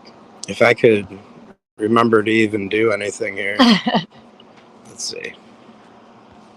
Yeah, I mean, there's your invitation to join, and you can if you want to. There's no pressure, but yeah, there'd probably be a little bit clearer of a conversation. Yeah, because I'm still having trouble with my phone and haven't been able to join on. Okay. Your phone's not on black mode, so I can't read it good. Why do I need to be remembered? Well, you know, it's your ego, man. You gotta do something for your ego. You can't just die. That's not good. What would your ego think? I don't know. There's a lot of people though, like that. When they die, they're not going to be remembered because they don't have any, like me. That's just about everybody. You know, like when I die, I'm not really going to be remembered. I don't have kids. I can't have kids, so I don't leave a legacy. When I die, it's done and over for me. So unless like I make something big of myself, when I'm dead, I'm dead. The only people that are going to remember me are people like you and my parents, and once you're gone, I'm forgotten. Well, even if you're a famous person, a lot of them aren't remembered. Like, yeah, I was just going to say that. I mean, the 40s and 50s, they're forgotten anymore. I mean, even bands. Maybe like Alexander the Great. Until recently, even bands that we grew up listening to were being forgotten about. You'd mention like the band Green Day for instance, or Blink-182, and people didn't even know who they were. Yet now they're suddenly making a comeback. So, like you were saying, even famous people, they get forgotten as well. Yeah. Hey, welcome to the open mic, Pixie Storm. It's nice to have you on. Hopefully we didn't get... No, but now, see, here's where I'm really confused now, okay? So, would you say that my soul is matter or energy? Your soul would be, in my opinion... No, don't hook that up. In my opinion, your soul is an abstract. So it's more like your ego, your personality. Like your soul is remembered, you know.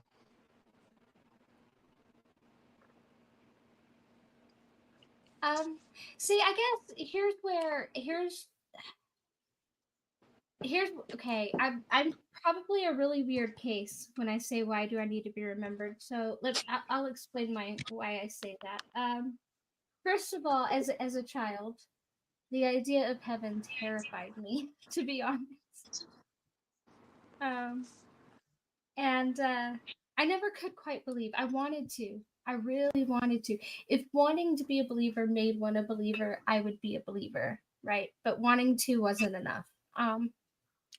And also like when I say the idea of heaven scared me, I mean like the idea of heaven scared me, right? Because there was this idea where I'm no longer going to have agency. All the rest of my days, I'm going to be worshiping this thing that has like decided to torture billions of people forever and ever because of ego. I'm not really sure, right? Like, and then it said weird things like you won't need anything, there won't be any tears, and I'm like, okay, so now I'm robot zombie on top of it, right? Which Right, like I a guess chalk makes outline. sense. Yeah. Yeah, I was just gonna say that walking chalk Exactly. outline. Which I guess makes sense because like he gave the angels free will in heaven and look what happened there. They rebelled. So he's gonna have to take that stuff away, right? So the idea of heaven was not a hopeful one for me, right? But and I won't say like even as a non-believer, I'm not gonna say like, oh, death is some happy thing. It's not, right? But it's less something I fear and more something I mourn because I appreciate life, right? But I've not existed before. Before I was conceived, I did not exist, right? Like, so I've been there and I've done that. And life is this like amazing thing where I get to like that I get to experience, and that's awesome. And at some point I don't get to experience anymore, and I think I mourn that, and I mourn the idea of losing experience, but I don't know that I find hope in being a robot zombie. Sure. No, I definitely agree with that. And so a few of people from C Science Labs know the real reason why I was in the hospital. Basically, I almost lost my battle with mental health. I basically this week, last year, I lost somebody who was like a sister to me.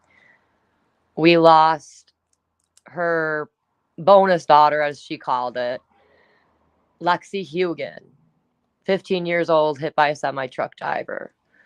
Well, her bonus mom hung herself the week that her bench was being dedicated. So I had that coming up. I had the deaths of 13 plus friends. Basically, I turned my back on God to the point where I was screaming and yelling and swearing at him, saying, why couldn't you save any of my babies that are in heaven? Why couldn't you save any of my friends? Why couldn't you save my marriage? Why are you letting me have so many health problems and going to doctors and being turned away? And when I was in there, like I said, I was given a bunch of Bibles by a guy who literally called himself Jesus Christ. Basically, I would call him Jesus because I'm like, I can't sit here and keep calling this guy Jesus Christ. It's too much. But through this person, he actually would say some things that were so crazy, and he knew things about me and other people that were in there, staff included, that everybody was like, how could he know this? There was no way that he should have known it. Like, it was almost like literally that God was trying to use him, and through him and giving me Bible after Bible and Bibles in different languages, Bibles of different kinds and everything, like Hindu Bibles, Muslim Bibles, and everything, different books on religion. I actually started sitting down when I was able to finally see again and started reading everything that I was given. And through that, I found my faith and I found the will to survive. And your words that you were just saying, thank you for them, because I really needed that tonight because I had a really rough day today. But I honestly believe that there is a higher power. I don't know if I exactly believe in the biblical gods per se anymore. I'm not sure what I really believe. I'm still searching. But I do believe that there is a God up there that created everything. Because when you look around, how can you not see that there's a creator up there? Look at your body, your DNA, like we were talking about the Fibonacci sequence earlier. It's all throughout the universe and life. It's not just a few things that follow that pattern. It's basically almost everything follows that pattern. How can that just be circumstance? I don't know if it is or not, and that's why I don't actually say that I'm an atheist. I say I'm a non-theist or I'm a non-believer, and there's a reason I choose those words. First, I don't take the positive stance that there is no God. I will say I've never been convinced of any gods, and I have no gods, right? So I will put it this way: I don't discount the possibility that there is a higher power out there. I wholeheartedly discount the possibility that any of us got it right, because if we did, that is the most disheartening thing I can think of. That it would be that human, for one. Well, it'd be interesting if the all-powerful God of the universe was a personal God as well. They'd want to know us. You know? Well, if it's as powerful as everyone says it is, it doesn't know me. So, I mean, it may want me to know it, but if it's infinite, is it really in a hurry? To know you? I mean, it only has forever. Well, if you're part of it, wouldn't it know you already? Well, that's what I'm saying. It already knows me. Is it in a hurry for me to know it? If it has forever, what's the rush? Well, Because you only have a limited time here on Earth. I mean, yeah, once you die and go wherever, but if there is a heaven or hell and you don't believe, then you're not going to be up in heaven. You're going to be going to the other place. Or maybe But I that's just if there is a him- heaven or hell, because who's to say that there really is right. a heaven or hell? Well, maybe. I mean, no or one's ever maybe been first dead and it's- come back from the dead, like, to know, really, you know, Maybe, as far as but you know, that I know. Wait, hold on. but at the What same was that? time, maybe, you know, here, hold on, let me move my mic. Is that better? That's Sure. better. Thank you. Okay, yeah. I was saying, maybe there is and maybe there isn't, but would that even be the important thing? If God is not human and I'm not trying to make him human and he already knows me, what does me knowing him look like to him? Somebody once asked me, if I asked like your mom to describe you and your sister to describe you and your kid to describe you, and let's say your spouse, right? If I ask all of these people to describe you, none of them are going to describe you the same way. None of them are going to call you by the same name. Who's wrong? Mm-hmm. That's so true. Also, there's the parable, even in the Bible, where he says, there will be people who will say, "But I did this in your name, and I did that in your name," and he'll say, "But I didn't know you." But at the same time, there will be people who will be like, "But when did I run into you? When did I ever know you?" Right? And he says, "Well, when you did this for people, and when you did that for people." So maybe there's more than one way to know that being. Yeah. Basically, like the Bible said, it's not just your works that get you to heaven. It's what you believe. Sure. So when it's Kind of. talking about the people who did this and that for him, they did it because they were trying to get into heaven, but they didn't actually do it in believing in everything. Whereas the other people that he sees,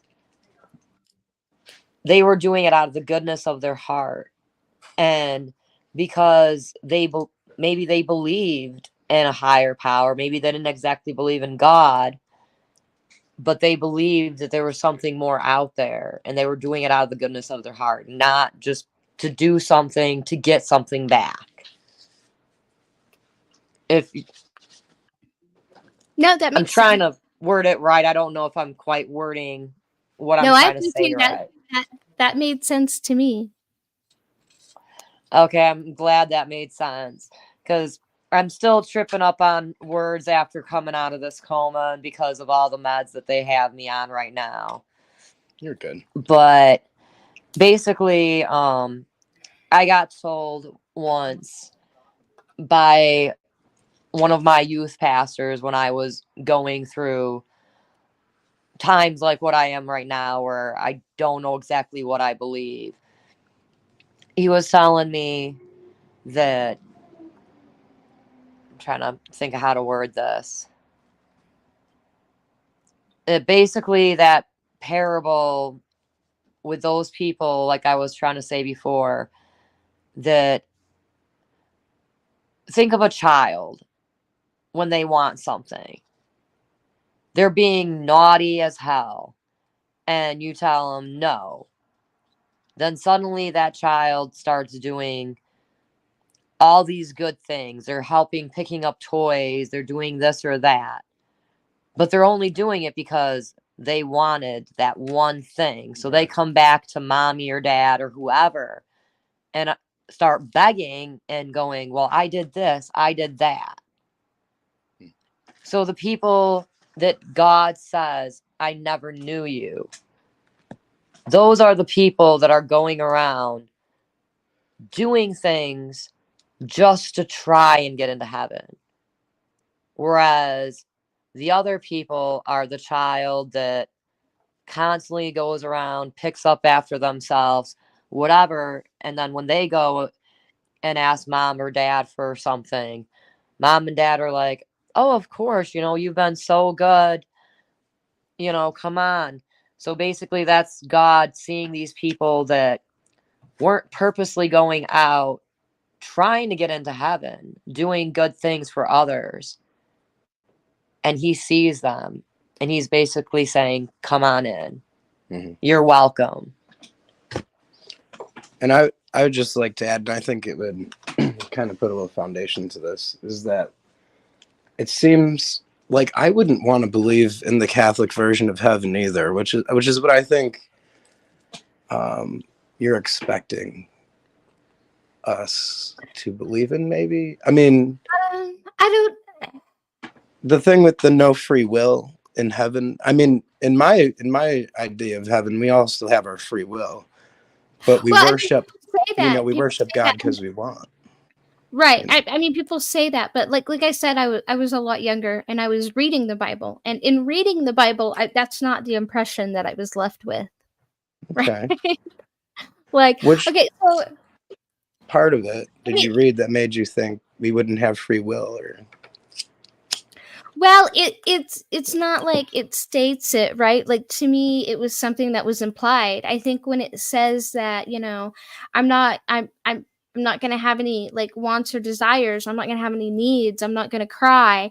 I'm not going to I'm going to be worshiping this being all the days of my life. Well, okay, well let's stop and let's think about that.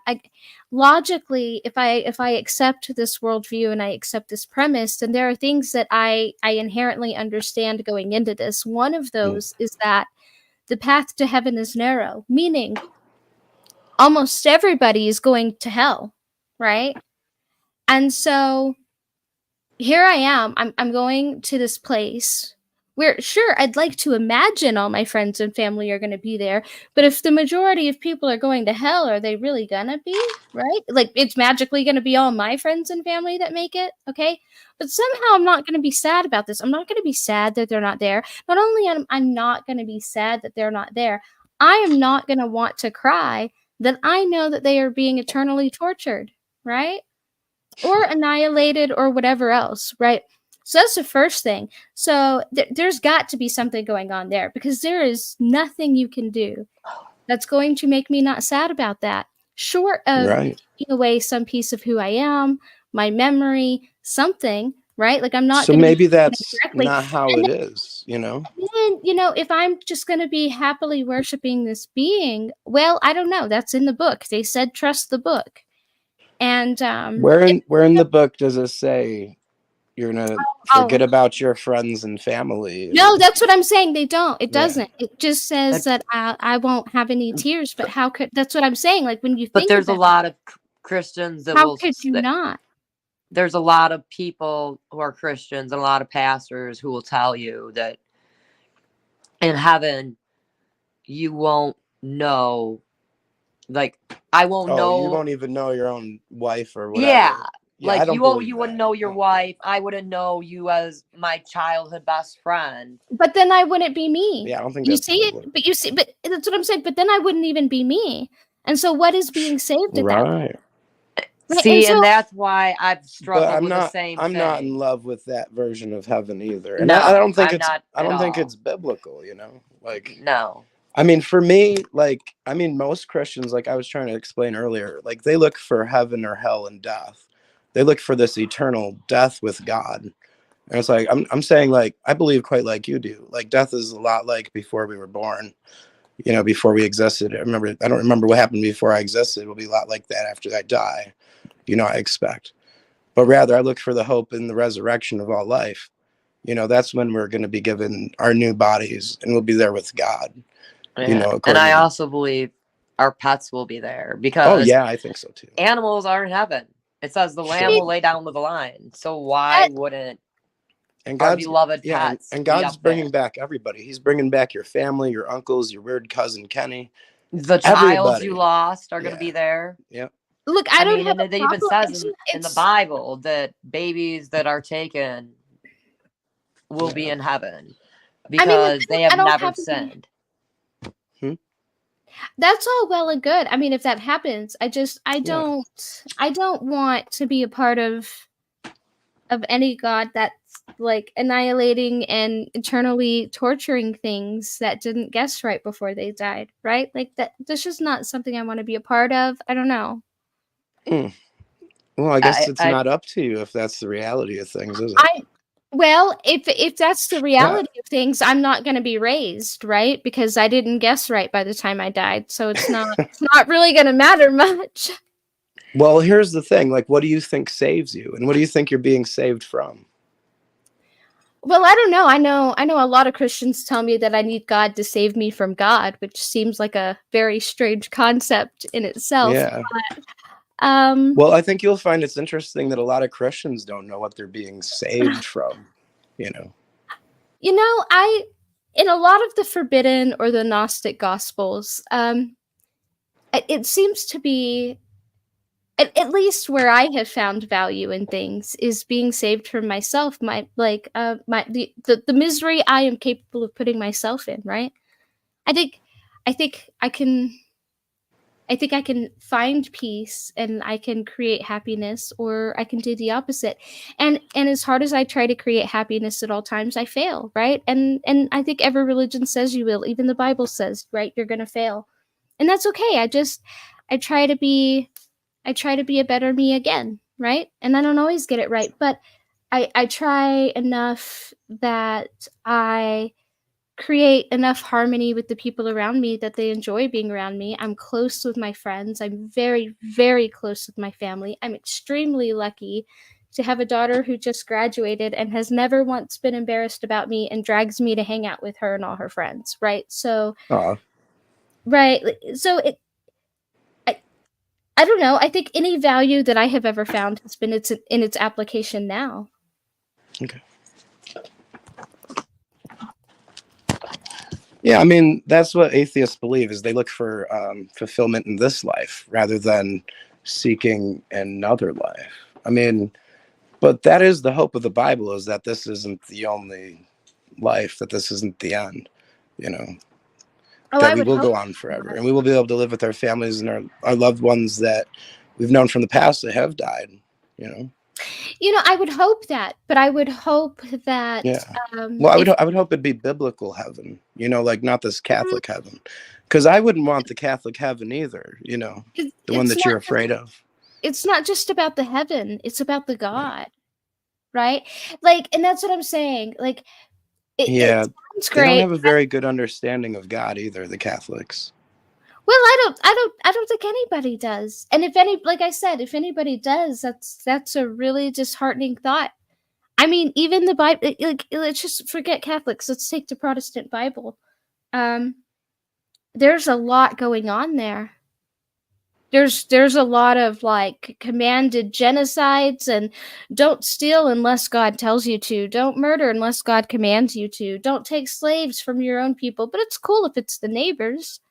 Like there's a lot there. A lot there. Don't let them beat up the guests, but offer your daughters to be, I mean, like I'm just saying there's a lot there. People say that the 10 Commandments are like Well, these there's a lot of moral spite from laws. you there. I know that. I mean, you're lashing out with everything No, you I'm have not. now. I'm not. I'm just saying, like, Oh, I know what you're just saying. I mean, you went into everything that you could to lash out at the Bible, right? no, I'm just saying Pixie storms. it's in perspective, right? Like people look at the Commandments. People look at the 10 Commandments. Yeah, and there's a say, lot of bad things in the Bible. Would you believe that? but that's There's a why lot I'm of rape. saying, There's a lot of murder. There's a lot of killing. There's a lot of lying. There's a lot of whores no, in the it's not Bible. about that. Yeah. It's not about that because I expect Did you that. know that there's a lot of whores and rape and murder and lying in reality? No, but that's what I was saying. That's what I Yeah. just said. It's not about that because I expect that. That's because that's Oh, human. But yeah, I guess mean, that would be a true book. I mean, the book would be see, true but if it had all you that. say exactly. Well, kind of. Yeah, I But mean, you're if it was full not, of, you assume I'm being candy, spiteful because of cotton that. candy and unicorns and rainbows and shit, You assume I'm then being spiteful it wouldn't because be believable, you right? assume I'm being spiteful because I brought that up. But like I said, that is a Well, you were representation of. lashing out, Pixie Okay, but Storm. you're not. All right, you're just not going to let me finish, are you? No, I will. You can finish. Okay. So the thing is, it's not about those things happening. It's not about rape and all of that being in there. That represents a Mhm. cross section of humanity. I would expect it to be in there. What I All was right. saying was in there that I find disheartening is how we take those human tendencies and we put those on God. So we make God human like. We make him jealous, we make him wrathful, we make him say, oh, God told us to go kill all these people. Do I think God told them to kill all these people? Well, not if it's a good God. Do I think they said God told them to kill all these people? Absolutely. A lot of them probably even believed it. But that's what I'm saying. The most disheartening thought to me is that we got God right because we keep trying to make him very petty and human, and that's the part that I have trouble with. Yeah, well, I mean, you can have problems with God's personality, but that doesn't mean it doesn't exist or isn't like that. How do we know it's God's personality? Because somebody who wrote a book said so? God never talked to me. Well, I'm just saying, like, if that is how he is, what's the difference? And it doesn't matter if you like him or not. I mean, he can still exist. And he could still judge you and all your friends if he wants to, because he made you. Sure, I'll probably be in hell. If that's the God that exists, I will definitely be in hell. You want to go to hell? No, I don't want to go to hell. But as okay. I said, I didn't think you did, but I mean, like, if you want to. No, I said I will be. I said I will be. Not that I don't think you're going to do very because- good when you face your maker, man, when you can't face No, me. I already told you. I've been thinking for a while. I already now told you what I said. I already told you what I said. What? If wanting to be a believer made one a believer, I would be one. Apparently, wanting to be a believer isn't enough. And if I don't believe that God sends me to hell, right? A believer in the Bible or a believer in God? So it doesn't matter what I want. I will go to. I'm not convinced of any gods. I've already told you that. Right. I don't have. Yeah, any. but see, you don't have to believe in the Bible to understand that God is obvious, because there's so much evidence for a God, it's overwhelming. If you deny it or not, it exists. Okay, you can spend your whole life repressing the evidence for a creator and ignoring it and denying it, but that doesn't mean it doesn't exist. Now I'm gonna go because you're repressing it. No, Do you want to know what the evidence is for God, or do you want to run away? Do you know what? That is the most arrogant thing anybody has to me. That I could tell you the evidence for God, but you won't stick around. Before that, What? because you want to pretend that you know me and you want to pretend I'm repressing all this shit. And you know what? That's no, it's just what I've seen tonight. I mean, you don't even want to know the evidence for God that I have. No, right? tell me your evidence, okay? And then you can stop being ridiculous and fucking arrogant, all right? Okay. Well, I mean, it's just who I am. What, But that doesn't ridiculous mean I and don't arrogant? exist. Is that the Holy Spirit in you? I mean, if you don't like my personality, that's fine. It doesn't mean I can't judge you.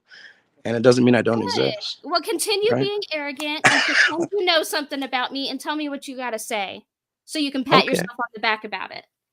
All right. Well, I mean, if you already ignored some of the best evidence that there is for a God, which is the fine-tuned universe, and you do your best to deny it, but there it is. A fine-tuned universe. So if the rain fills the puddle, well, it looks like that pothole. Your puddle analogy doesn't apply Yeah. to the creation of the universe because No, there it was no does. puddle for your. No, there was no puddle for it to form in. Why not? That only can be applied to the environment and evolution. Why not? Because it doesn't fit. Because it doesn't fit in your you misused an presuppositions. argument is what happened. Because it doesn't fit in your presuppositions. No, because there's no puddle for the How universe is to it form fine-tuned? in. Tell me how is Your it puddle fine-tuned? analogy can't be applied to the No, formation I want of you. the I universe. want you to tell me how it's fine-tuned. Well, that's up to you to no, explain. I mean, I explain it with. I mean, God. it's awful comfortable because we have AC. It's awful comfortable because we have a lot of things, right? But there's a lot of temperatures we don't do well in. We're not even the strongest animal out there. Without our tools, we would be Oh my great goodness. fucking prey. We would be great prey without all our tools. We're pretty weak compared to half the animal kingdom. It's fine-tuned for what and for who? Oh, you mean because it's we're fine-tuned for adaptable. intelligent You mean life to because- exist. You mean because we adapt? Because Your we denial adapt can't to save die you from you. the fact of the anthropic. No, it's principle. not denial. No, it is. It's denial. No, You're it's denying that really there's not. evidence for God, right? Or do you agree that I there's didn't evidence for deny. God? I didn't deny that there was evidence for God. I said there's not conclusive evidence for God, and I am not convinced. There Well, is as what would much it take to evidence for God convince you? as there is as much evidence for God as there is evidence against God. What's the evidence against God? Well, for one, his glaring absence. I could keep going though. The problem Keep going. is No, people- keep going because I mean he's pretty present for most people that believe in him. Really? Well, I begged. Like I said, if wanting to believe made you a believer, I would have been. My hero was. I spent my childhood I did the fake it till you make it. I did the pleading. I did the prayers. I did the baptism. I did the Bible studies. I did the every day on your knees. I did it.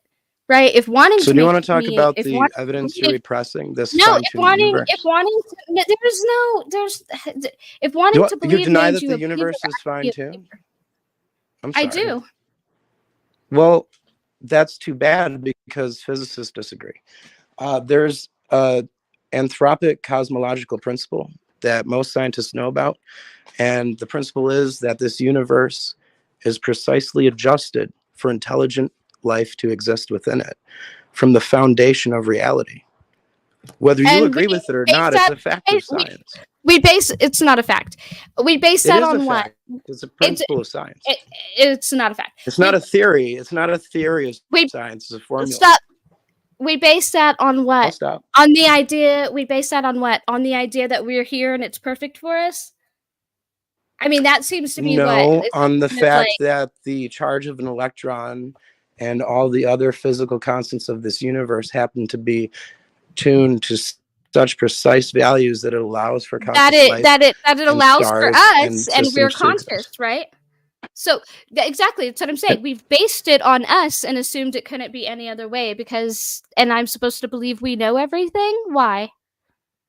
Because we assume it because- could be any other way. We actually assume that the universe could exist without any life. you know in it. what? They said the Big Bang was some great answer, then they found problems with it. They said string theory was going to Yeah. fix that, and it didn't. Scientists they have great information, but they are doing the best they can like the rest of us, and they have been just as wrong as the rest of us. So again, like I don't know what you're talking about here.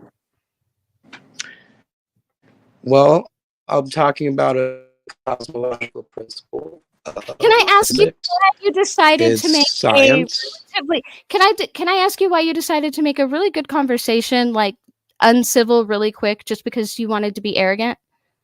Is this deflection part of your repression? No, I just really want to I mean, know. every time I try to is talk that- about the fine-tuned universe, you start. No. going We on will about- get back to it. No, we will get back to it. I just My want to know. arrogance. I want to know, like, right? Because I mean, it I was a didn't really call you wild arrogant. turn for no reason. I didn't Because call I didn't you say arrogant. something arrogant to you. I didn't suppose to know you or Well, your you beliefs sort of, or you why actually you believe did. in You were them. sort of No, I patronizing didn't. me. and you I did sort no of such went in and thing. lashed out at the Bible. I did not lash out at the Bible. You That's made fine. assumptions I was lashing out at the Bible because I said it was written by, I think it was very evidently written by men. Now, I didn't say it's not divinely inspired. Sure, you can argue divinely inspired, Oh, but you divinely hate men inspired, too? That's weird. I meant men as in humanity, Do you hate? including women. Do you hate men? I meant See, men that's as why you in don't love doctors, humanity. you know? I meant men as in humanity, as in including women, as in mankind. Do you have a So let's get problem with back to that? it. So this universe is fine-tuned for Oh, conscious that life didn't to go where you exist wanted it. from its foundation, from the very foundation of this universe. It's fine-tuned Nobody for told us, intelligent what life to exist. the weird ass people in the chat. What? Yeah, just ignore them, Pixie. Don't worry about them. Just Just you and your what assumptions about where it is I'm going or what it is I'm saying before I get there, so you can be preemptively mad about something. What were you saying about fine tuning? Go. are you talking about someone in the chat? Or No, you. What were you saying? oh, me? Yeah, I was saying that this universe is fine-tuned. Okay, for consciousness to exist. It's a fact of science. Whether you believe that this fine-tuning is a result of there being an infinite number of alternate realities, alternate universes that allow for this single universe that allows for life to exist because it's so rare, or you believe in some oscillating universe theory where you believe the universe expands and retracts and expands and retracts infinitely, and this just happens to be one of the rounds where life exists. Okay, But I will like for agree. me, I only believe in a single universe, one Okay, so I universe. misunderstood you previously. So I will apologize there. I misunderstood you previously. In that aspect, I would say yes, it is fine-tuned enough that it is in the realm that supports conscious life. I would give you that. I don't necessarily think that is how do I say that? Like I don't think that's It's a not good buy. enough evidence, right? I don't think that no, I don't think that necessitates a designer, right? Oh, Just okay. like, hey, for example, a man-made lake looks an awful lot like a natural lake, but a natural lake, Sure. we didn't have to build the natural lake, right? So like complexity or viability isn't necessarily like a indicator of design, is what I'm saying. Okay. So what you're leaning on is your denial. You see that? No, see, it's not denial. It is. And it's an true. irrational No, one because it's it not is. because I can cut. No, if I wanted to cut a piece of fabric, I could pick up a knife, and sure, it's made by people. I can also pick up a sharp rock and get the job done, right? There's man-made lakes and there's natural lakes, and they look awfully similar. One took people building it, one did not, right? So complexity and viability does not necessitate design. It just doesn't. Yeah, I mean, you can deny it over and over again, but the fact of the matter is, it's excellent evidence for a creator, a designer. It's I certainly mean, there's more than the fine-tuned universe, but that's just one that you apparently don't think is good enough evidence to convince you. But beyond that, I mean, if you're going to believe that this is all just a result of some, puddle analogy, it just happened to be set this way, and so this is all a result of those constants working out some kind of solution, I don't believe that. You keep saying believe, like I put my belief somewhere, right? You're like, oh, atheists don't have belief. I already told you, like, I don't believe either of them. I mean, they're equally as possible, equally as plausible. I don't believe either of them. I'm not any more convinced the Big Bang Theory is true than I am that, like, God blew air into mud, right? Like, I'm not convinced of either of these things. I don't know why you're like, you believe this because you deny. No, not. Well, I mean, it's either you make a choice to believe one or the other, or you don't think about it. You choose not to think about it. No, I think about it and I ponder all the time. I play with all kinds of ideas. I know that I don't know. I know that much. I so know you believe don't know. that there's another explanation than a intelligent design or natural I think there may or may not be a creation? God. I think there may or may not be a God. And if there is a God, I think there's like a next to zero chance that any of us described that God accurately. I think we What if you probably knew all him? had a tendency to make him as human. Well, even then, Right. right? Even if I knew God, right? If God is not human.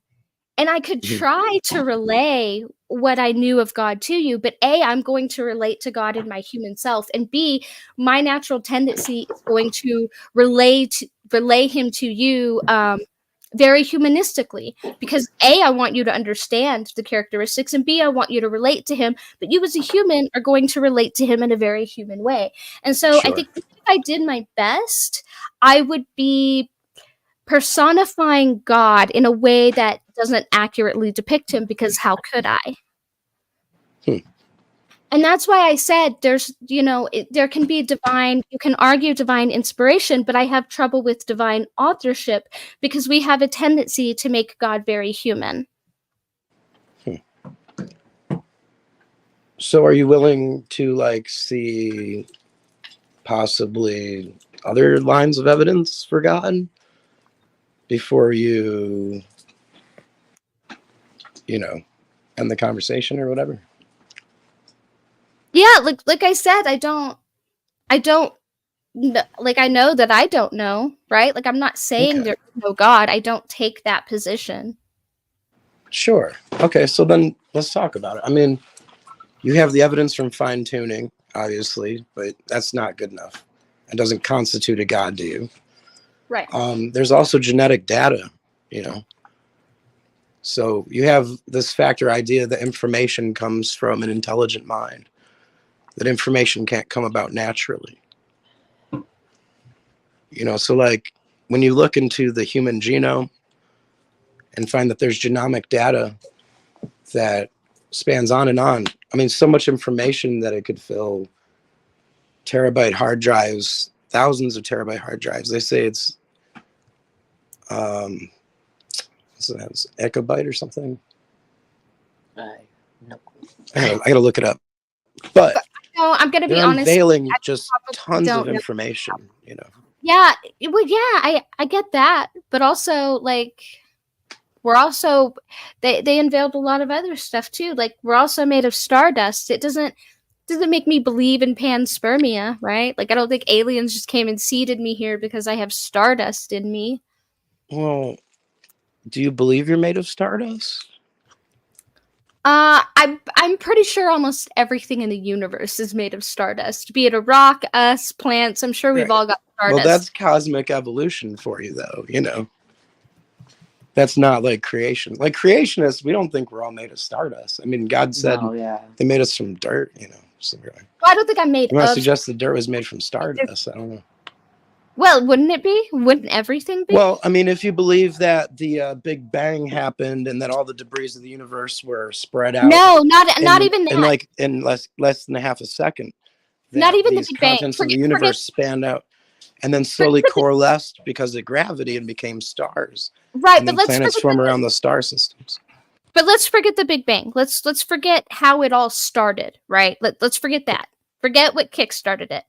We do know that in the formation of like solar systems, for example. We do? Well, we theorize. Well, then this is part of the Big Bang, huh? I mean, it's not part of the Big Bang model, like you said. No, It's separate no, because it's cosmology. No, I'm It's still talking about like cosmology. no, okay, but I'm talking about like where, like the Like places- nebulas? Yes, like where the stars are born, and then you have the nebulas and the gas clouds and the blah blah blah blah blah. Yeah, and it goes on and on. The story goes on for Right. days. I mean, No, and that's really the I'm thing, not Pixie. saying, hold on. I'm not saying that any of that leads I to do the have a really universe. off-topic question for you, though, for a second. Do you listen to the Pixies at all?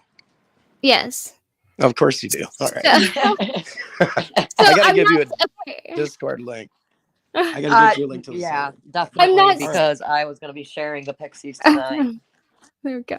All Yeah, right, but so believe me, I'm not saying that any of this is the creation of the universe. But I promise, I'm not. I'm not trying to say that's how the universe was created. Just stick with me. sure. That Well, I'm goes. sticking with you because I understand So- like the belief. So of that's star- like air. So, well, I'm not even saying that, but like I'm saying that those, like, it could, if that is so concentrated that I can see it, right? Like, why would I not think that that could get, just like a UV ray can get here? Why would I not think that in all the time the universe has existed, that stardust has not found its way to everywhere? I mean, apparently we have microplastics in our blood, and that has not been around as long as stardust in the universe, True. right? I've been reading So- articles on those microparticles, on those microplastics. So, and then also why a would I lot of not think I humans have stardust? literally have metal shavings. Mm. They're in our cereal, cookies, different things. So literally, I can take and stick a penny. And we even tried sticking one day. My friend had a small baby's pair of nail clippers because every time I go through a metal detector, even if I don't have metal on me, I go off. They wand me. And basically, my forehead constantly goes off. I've been asked if I have a metal plate. I'm like, no. And they're like, well, did you ever get any metal debris in like your eyes, your head, anything? And I'm like, I had an accident one time with some friends, but I said I would been literally checked out more than once for metal debris, and no, they can't find anything. Yet, literally, this baby's pair of nail clippers right between my eyes on my forehead just sticks Oh. there. And I know other people that have like literally stuck like huge metal objects to their foreheads. And basically, my dad was telling me that it's because a lot of times when their companies are making different things, machines will break down and tiny metal particles will pass through. Yet they're so minuscule a lot of times that just like with any foods, so many, not to be gross, but so many rat turds, rat hairs, mouse hairs, Sure. whatever, even Bugs. human hairs are allowed to pass through. Processed foods. You Yeah. know, when you get processed foods, a lot of times you're getting the ick. Yeah, Even we, bottled water with those microplastics. Yeah, I literally, I ended up with basically a contagious form of food poisoning called Giardia from bottled water. Oh wow. I literally was in quarantine for 2 weeks. I was starting a new job at the resource center. Got some bottled water there, and basically they figured out it was the bottled water that it came from because 2 other people also came down with it, and we all had the same bottled water that day. You gotta know where your water's coming from, and like Yeah. where they got from the investigation, I guess, with the microplastics in the drinking water bottles is like a lot of these plastics weren't even coming from the plastic of the bottle, but rather the tubing that the water passed through during Yeah. the osmosis process or whatever. Well, I know And then that plastic of the tube was getting stuck in. what's really crazy is water has been tested in certain cities. And literally where I used to live, they tested the water and it came back with multiple drugs in it. Sure. Because if you live in an area where there's a lot of drug addicts or dealers and everything, when they're getting raided, what's the first thing they do? They dump it down the sinks, they dump it down the toilets and they're everything. they're not And a lot of finding that out. cities don't have a water filtration system that's set up to correctly filter out all of that. And Oh no. years back, it used to be when you had old meds, And then we use all their water now. you just tossed them down the toilet.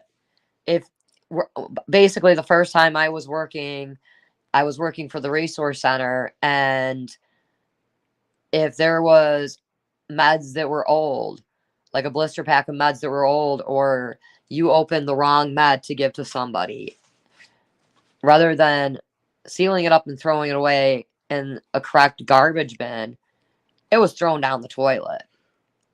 Oh sure. You know, basically the way to dispose of meds back then was to put them in the toilet. Yet all of that goes right into your water system. A lot of pollution. Ton of pollution. Pollution causes mutation. I was literally just gonna say that. And mutation causes cancers and new disorders. It doesn't Well, create and new animals. look at Keep humans people. now. There are more and more people ending up with cancer, autism, so forth and so on. Yeah. It's like, literally, it's like our government is just trying to make us sick. Well, chemicals, compliant. mutation occurs for several different factors. You have radiation, elemental, which is chemical, metals, influences from metals, and then the regular mutation through reproduction, just the gametes come together. Mhm. You have that mutation as well. But all this mutation is pretty bad. It's pretty bad on the system. And that comes back to the genomic data. Like upon mapping the human genome, we found a biosemiotic sign system within the human genome. And this sign system is basically the equivalent of finding a computer program operating system with all of its components.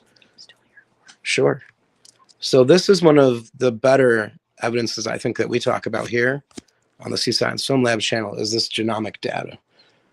And it's the fact that they've basically found a computer operating system. And so and that comes back to what put us here? Was it and a lot of this panspermia thing, you even have Dawkins going with the alien idea because of genetics basically now. Because they've discovered so many things within the human genome now, just the way DNA works and the micromachines that walk along the microtubules of the DNA carrying information and stuff. Just the whole idea of how it works now it's a whole different idea. It was much more simpler in the 80s. It was. It was a lot more simpler. They could think this all came out of dirt with no other things. So a lot of these people that were longtime atheists even, and they could still be atheists and believe in aliens, but they're turning to space alien intervention to explain life here on this planet, which is pretty funny. So what do you think of the space alien model there, Pixie?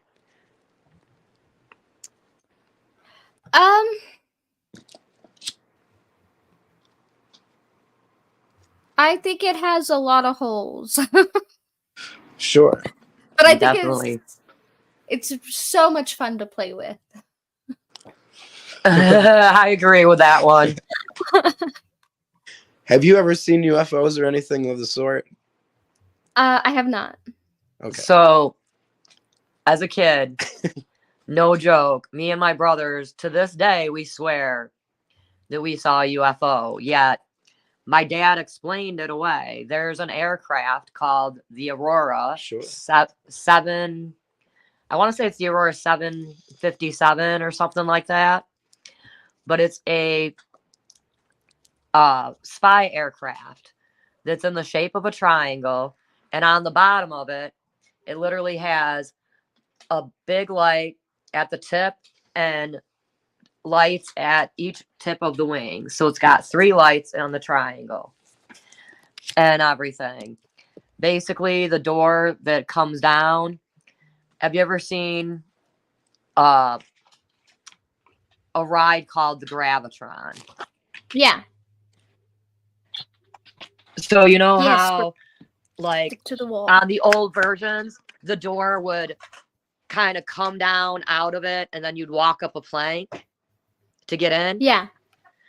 So basically the door for the Aurora was like that. And then this aircraft could literally go straight up in the air and then straight forward, straight back, side to side, diagonal, and could literally just hover. And supposedly, and there's literally links that you can look up that will prove this, that it had technology to make it invisible. So the technology to make things invisible, they're saying that this Chinese guy just now came out with it.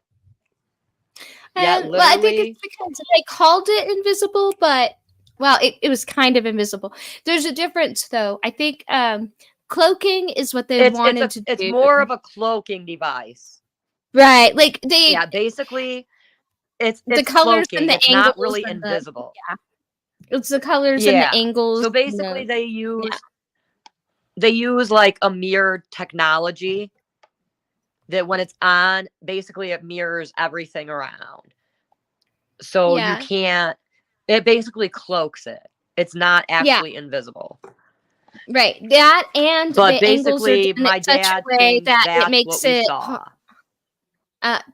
that and it makes it hard for like radar to pick it up, right? Like radar can't detect it Yeah. because of the angles.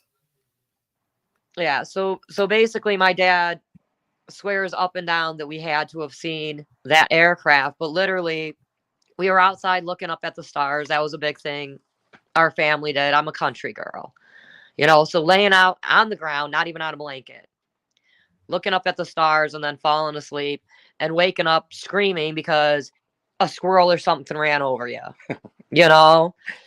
Yeah. So we're out there, and basically one of us woke the other one up because some animal or some critter got in their nightsack. And all of a sudden, there's just this aircraft hovering over and just bright lights. And I mean, it just hovered there for a minute and then zoomed off.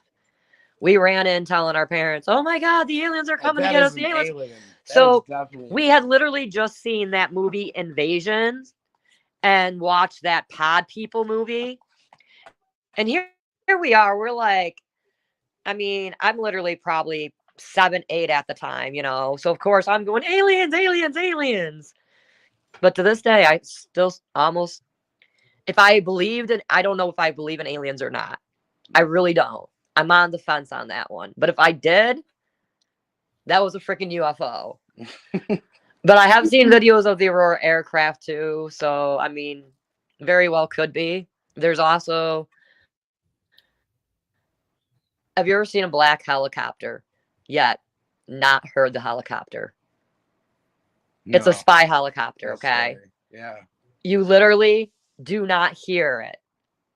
This helicopter has technology that it can x-ray through the walls and literally see through your walls, and not just like an x-ray. They can actually see you With heat. with I don't know if it's like heat or what they do to use it, but they can actually see the image of you, not just like an x-ray image of you. It's really freaking freaky. Oh yeah, I mean the different governments, they have their goodies. Oh That's for yeah, sure. I mean, they hide what they want us to know. Like Mark But- was saying earlier, they want to make us sheeple. sure. I mean, but like I've I seen gotta this look up shit. the lyrics I've to that really song. seen UFOs and stuff I can't explain with Aurora aircrafts and like I mean, maybe that's how you explain away. Let me see if I can pull up the Aurora aircraft and send it to And the here server. we're like amateur astronomers over here in Western New York, and like I know what a satellite looks like, and I know Elon Musk's space train and his satellite line, and but I've seen things that I just can't explain. So I think a I know- USO might convince me more because the U.S. apparently Sure. they So- can go from under the water all the way up into the sky. So So this kind of proves I in a might be way, like, "What the fuck is creation. that?" There are still dinosaurs around today. There have been Where? pterodactyls that have been found. I've heard of yeah, this. Have you heard of this? They were picture? found in a I'll have to talk to my dad and I get don't on know. next Yeah. week and we'll talk about this. But basically, there was a pterodactyl found in a cave somewhere, and when they tried to move it, they killed it. There was another one that was found hiding in an abandoned railroad track or something like that. In fact, I'm going to look that up after I look up the Aurora aircraft thing here. Closest But thing I've they've seen to literally a dinosaur. found pterodactyls. So me and my ex-husband, we were driving around back roads in New York and Frewsburg.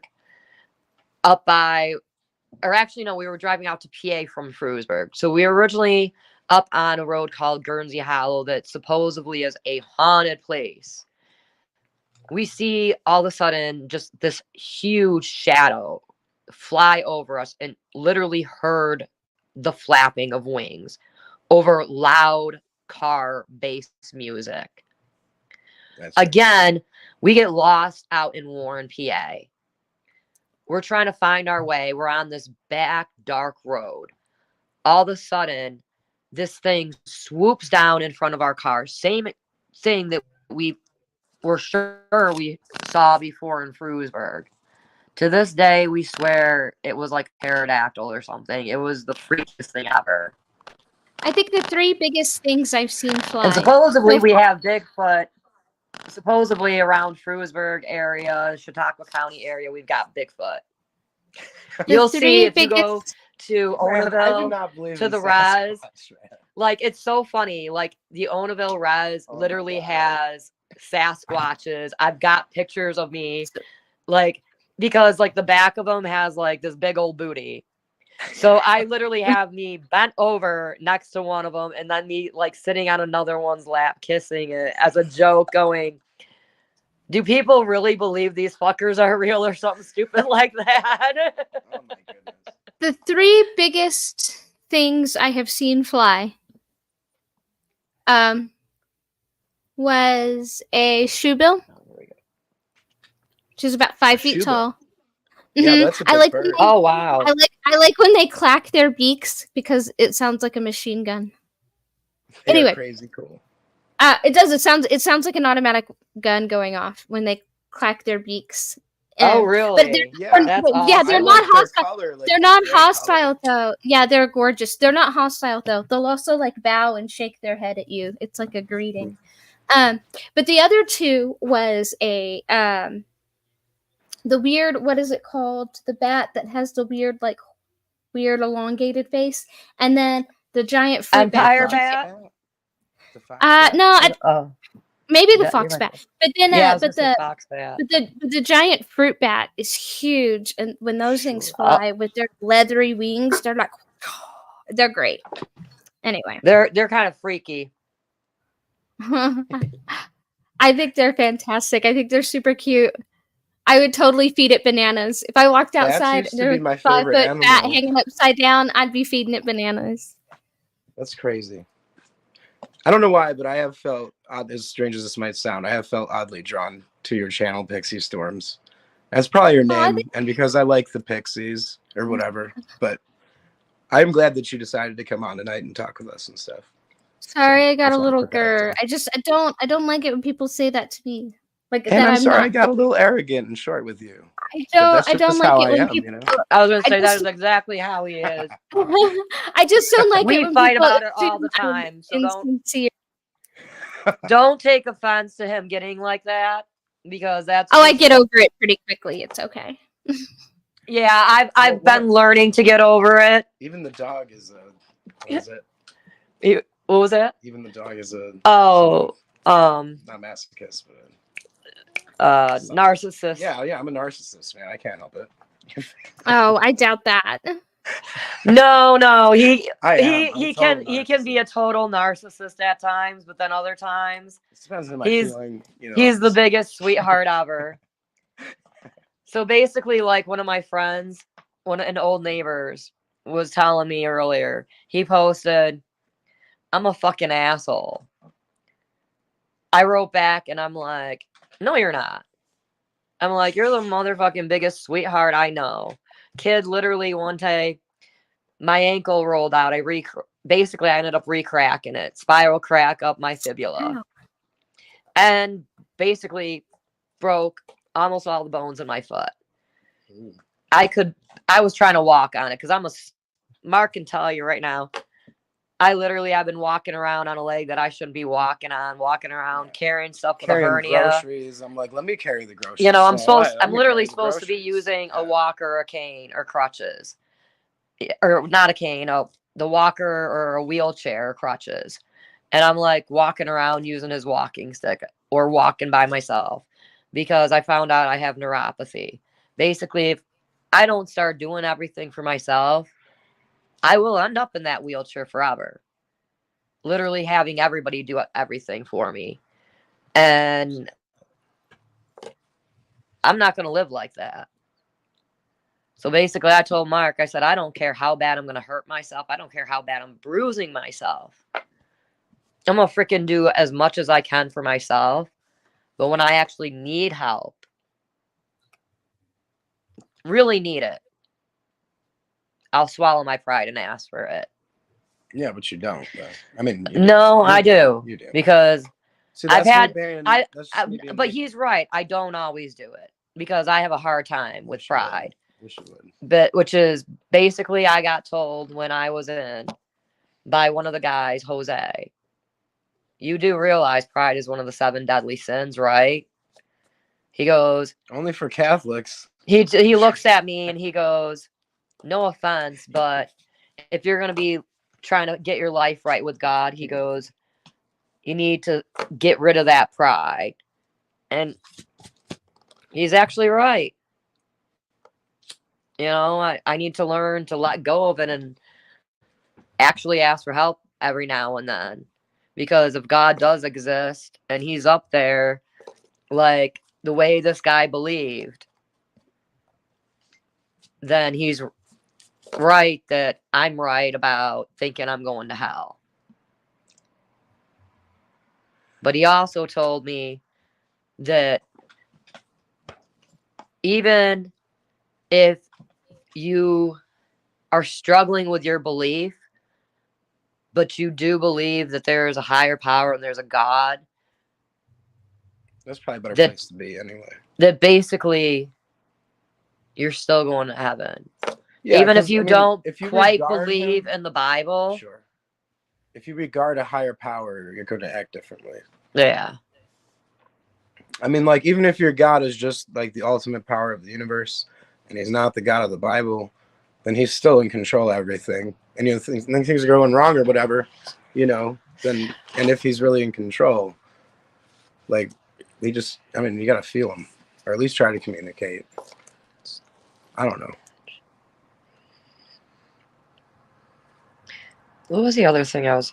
Oh, so when you look up the Aurora aircraft, it's hard to find the right Oh, that's the channel triangle thing. because, and I've been trying to share this, but Mark, you wanna?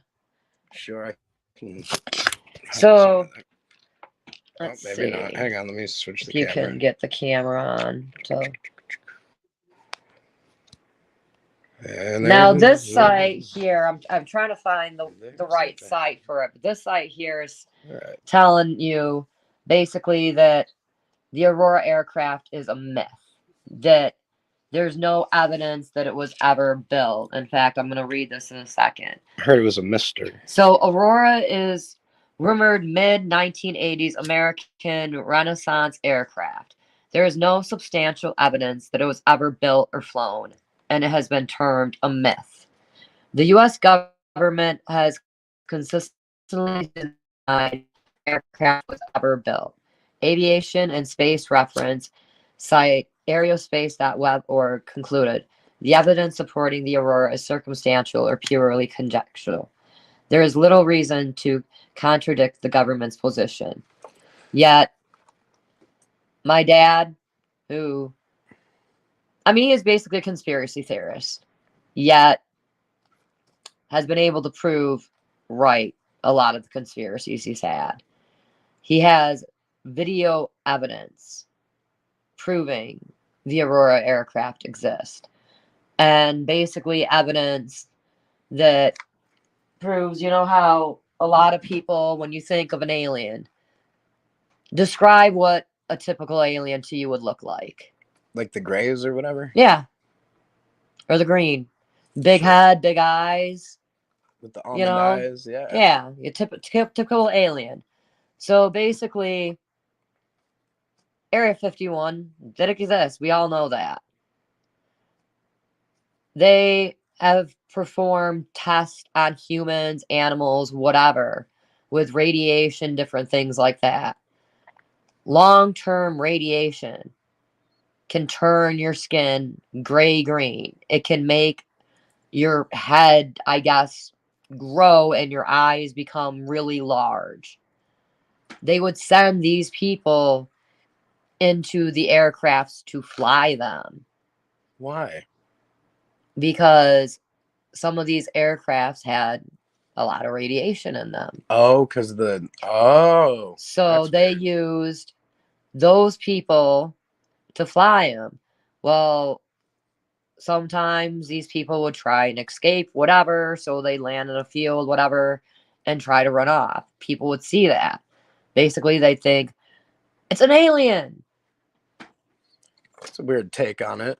So there's been a lot of takes like that on it. Like, I think that's what in X-Files fact, got into eventually, though, in the third season. I was A just little gonna bit, like they say touched on that X-Files. idea. I was just gonna say X-Files does hit Scully on was up in that factory or whatever in the end of the season. Yep. Yep. And then there's also a movie that touches down on it. I can't remember the name of it at the moment. Have you ever But- wondered if all aliens were actually the same life as humans? Like, think about it. If I take humans and I put them in different places, they adapt to their environments, right? So if I took a human and I put them on a planet that was dark and had shorter vegetation and Mhm. had not as much gravity, they would probably have like longer limbs, they'd be spindlier, they'd probably have bigger, more reflective eyes for the dark, probably be shorter, right? But then or maybe Mhm. taller because it's a less gravity planet, right? But if I put them on Sure. the opposite, then they get shorter, blah blah blah. So I have a friend who she's a writer and I'm a writer, so we have a lot of fun. Anyway, she is writing this book, and it's kind of like that. It's kind of like a sci-fi book, but like there's all these quote unquote alien creatures, but technically they're all the same thing, just adapted to different worlds. Sure. Okay, so are you aware of the Genesis chapter 6 idea of the angels interbreeding with humankind? At Yeah, all? the Nephilim. Okay, so these things were as close to us that they would have to be at least as close as a lion is to a tiger. But they Right. were so much different than us. But they're physically able to reproduce with us. So right there you have something where genetically compatible. That means that they are us. So you kind of have like that concept out there already. So like when I first had to conceptualize and put basically these aliens or space aliens, because I said I've seen some serious crap, and it's like I can't unsee it. So it's like I'm trying to like fit this into my biblical creation narrative. Obviously the angels would be these heavenly beings or whatever, less than gods, but still able to travel between planets and stuff and come here and interbreed with us. Like that whole concept in itself is very strange. So like maybe the angels are us basically on other planets, and God went through and created a bunch of different planets with life on, not just one. I mean, like I don't know if you're watching the movie Contact, where the lady's like, it seems like it'd be an awful waste of space if this is the only planet with life on it, or whatever. I really believe that, the universe is teeming with life, and I'm sure that things come here to observe us, and they don't quite know what's going on either, or maybe they do. Maybe they have a better concept of what is real, what is going on. I know we as humans, we've forgotten our history. For one thing, we don't know where we came from, and we don't know the story. We don't know what's going on up there. We don't really know what's going on down here with our governments and stuff. So it's like we don't know. So I don't know. There's definitely a space for it, and the fact that the Bible has a section that describes angels coming here and interbreeding with humankind, it really is eye-opening, So Very interesting, at least. I was wondering. Yeah, I mean, for me, the Bible could also be described as the book of every time that the heavenly beings kind of interacted with mankind and affected our destiny. in a way. I mean, like, Yeah. these angels are always present in these stories, even with Lot That's true. and his daughters and the stuff which you brought up. I mean, you have this idea that they're somehow different than us, but sort of human looking in a lot of cases. But then sometimes angels don't look anything like us, So Well, there's probably different kinds of angels. So there's been a lot of people, both on both the creation and the evolution side, that say that if the Bible is real and the giants that they talk about in the Bible and giants that had been around back then, and even people today that they consider giants, are descendants of the women that got impregnated by angels, because supposedly, the angels were basically gigantic.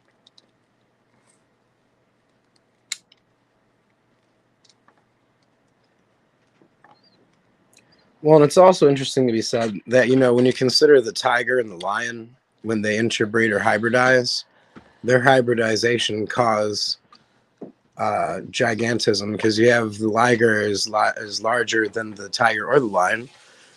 Hey, Jen's in the chat. Hey, Jen. But yeah, so like this giantism is sort of a known factor in hybridization to begin with. So I almost wonder if the giant offspring wasn't just the fact it was hybridized. So then maybe have to be like, they'd be like our cousins, so they could even be like a separate creation, but yet so much like us that they're able to breed with us. So, because I mean, like some creationists have different models, whereas mine is that lions and tigers are created separately, separate cats. I mean, some creationists have this idea where there's two of everything to begin with, and that's more of like the ark. But even on the ark, I believe there was lions and tigers present. And then the different colors of lions and tigers that we know modernly is all the variation that's occurred in the 5,000 years or whatever since the ark. Yeah. Because I am a biblical creationist, but like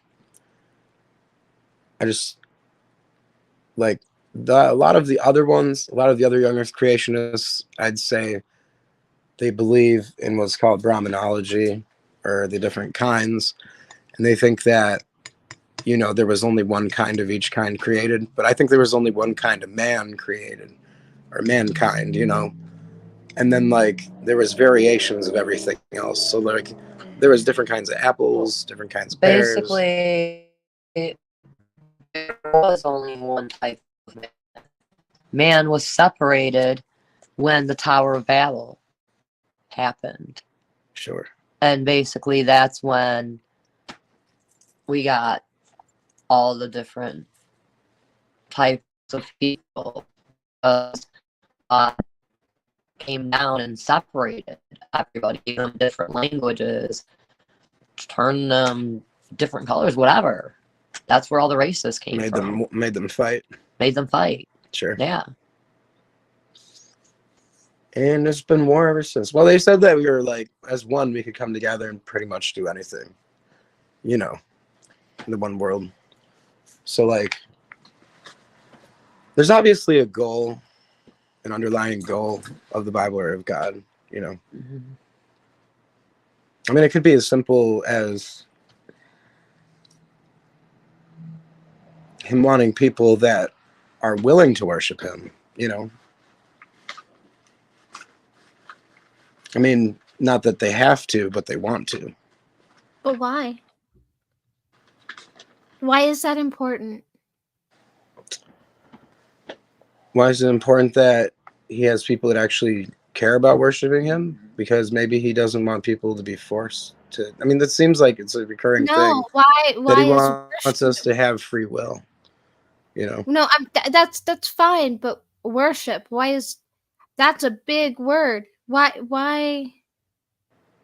is that necessary? Well, I mean, if he's an all-powerful being that created the universe and us, he's worthy of worship. He's an all-powerful being, but his ego just needs our worship because what? He's got a big hole inside? I don't understand. Like, so I've been quite, like I said, I've been questioning my faith quite a bit. And I told Mark this a little while back. But basically, I believe that God finally got so mad at the world for what people were doing because he gave them free will and they were using their free will to do evil things. Not everybody, but the majority of people. So he's turned his back on everybody right now. I I literally told my mom when I was in the hospital, I'm like, God's a narcissist. He sits up on that throne looking down at us as people are suffering, children are being killed and raped, babies are being taken before they're even born. Husbands and wives are breaking up, fighting, whatever. Families are being broken up. And he just sits there as a lot of these people are sitting there praying to God, asking him for help. But he never gives help. In fact, things just keep spiraling out of control, getting worse and worse and worse. I told my mom, I'm like, how can I believe in a God that just sits there and hasn't answered any prayers? And basically, through her, after talking to one of the girls from my church, I suddenly woke up one day to them saying, your mother sent us something that she wants you to see from one of the girls in your church. And they're like, normally we wouldn't allow this, but we're going to put it on a phone for you. So I got brought into the office, and basically it was a video of a pastor talking about why God allows people to be broken over and over and over again. So basically, there's a verse in the Bible that talks about how we are the clay and he is the potter. So basically, if you know anything about making pottery, if it doesn't come out right, a lot of times the potter will take it and break it down and remake it till it's perfect in the way that they want it. So when God is giving you these trials and breaking you down and you feel like you can't do it anymore, he's literally trying to make you the best version of you. He may be. Okay, so you want to know the darkest part. Go ahead. Oh, no, I'm sorry. I thought you were finished. You please go ahead. Oh, I was just going to say, so my thing with that is I literally broke to the point where I tried to kill myself. And literally, if it wasn't for Sea Science Mark here, I wouldn't be here right now. Well, then I am very grateful that you two know each other and are cool You know, like that. like, I am grateful to have him in my life and have him have me join this, because through this, it's been helping me and everything. And originally I was going to cover up my scar with a tattoo. I wasn't going to talk about it. Yet when I was in there, I became what they called the resident mama bear. I was passed the torch when one of the other people left. And basically my job was, whenever staff was busy or staff wasn't around, because we had a lot of younger staff that would just sit on their phones, I would watch over all the residents. And if there was a meltdown, in a wheelchair, crutches, whatever they gave me, even army trench crime, melting down until staff came out. Half the time, by the time staff came out, the other person was laughing and joking around. We would be doing karaoke, whatever. I left there being told, we would like to see you go back to college and become a social worker or a comedian, or we want you to come back and cook in our kitchen, because they found out that I used to be a cook and a caterer. When I was in there, I literally taught myself how to rewalk, talk, write, everything, because I was on a fentanyl drip for what, 80 plus hours? Yeah. And basically was not given anything to counteract the fentanyl. She was intubated. So I was intubated because I was going into sepsis at the moment due to other health problems. While in there, I found out that I have neuropathy, and basically I got results from breast cancer exam saying that I have precancerous and cancerous cells. Literally ended up missing serious appointments because if you're in a psych unit, you are not allowed out even on a day pass normally.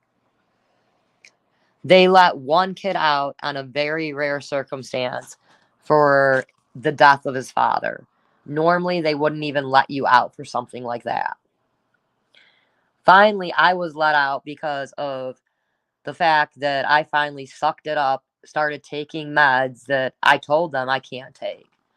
I was literally, every time I closed my eyes, I was seeing snakes and spiders and different things like that.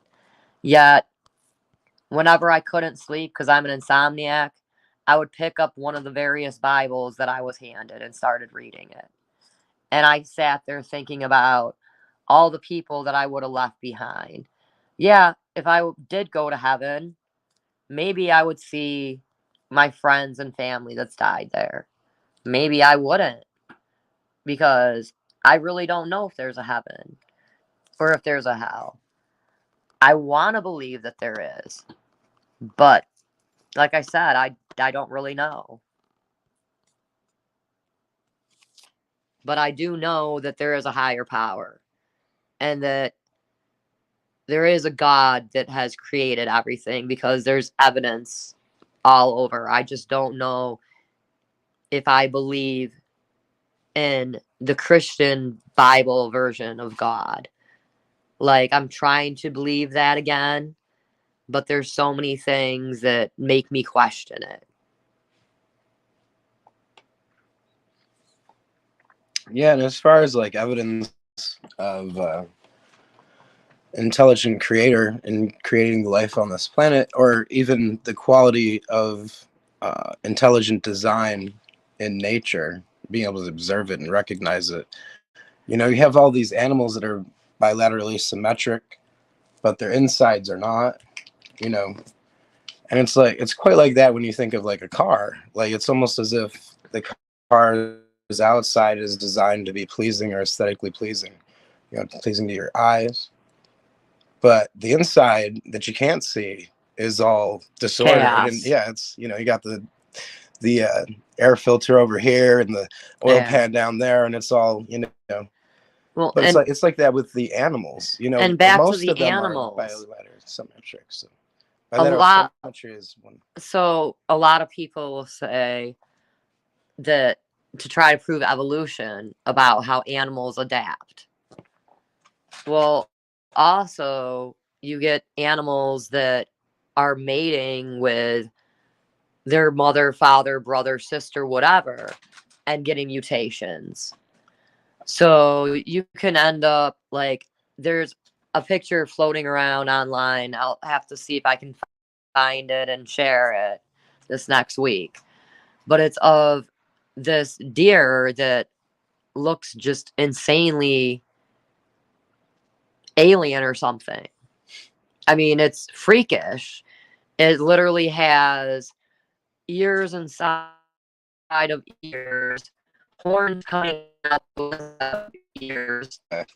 It's got horns coming out of its nose.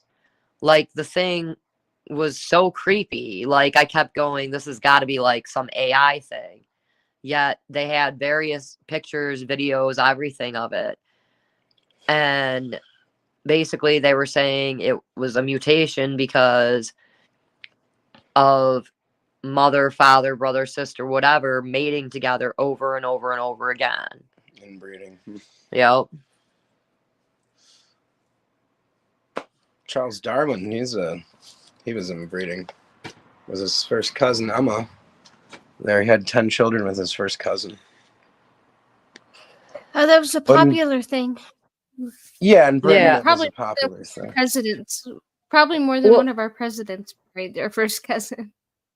Well, you gotta think, if you believe in the Bible, it was only Adam and Eve.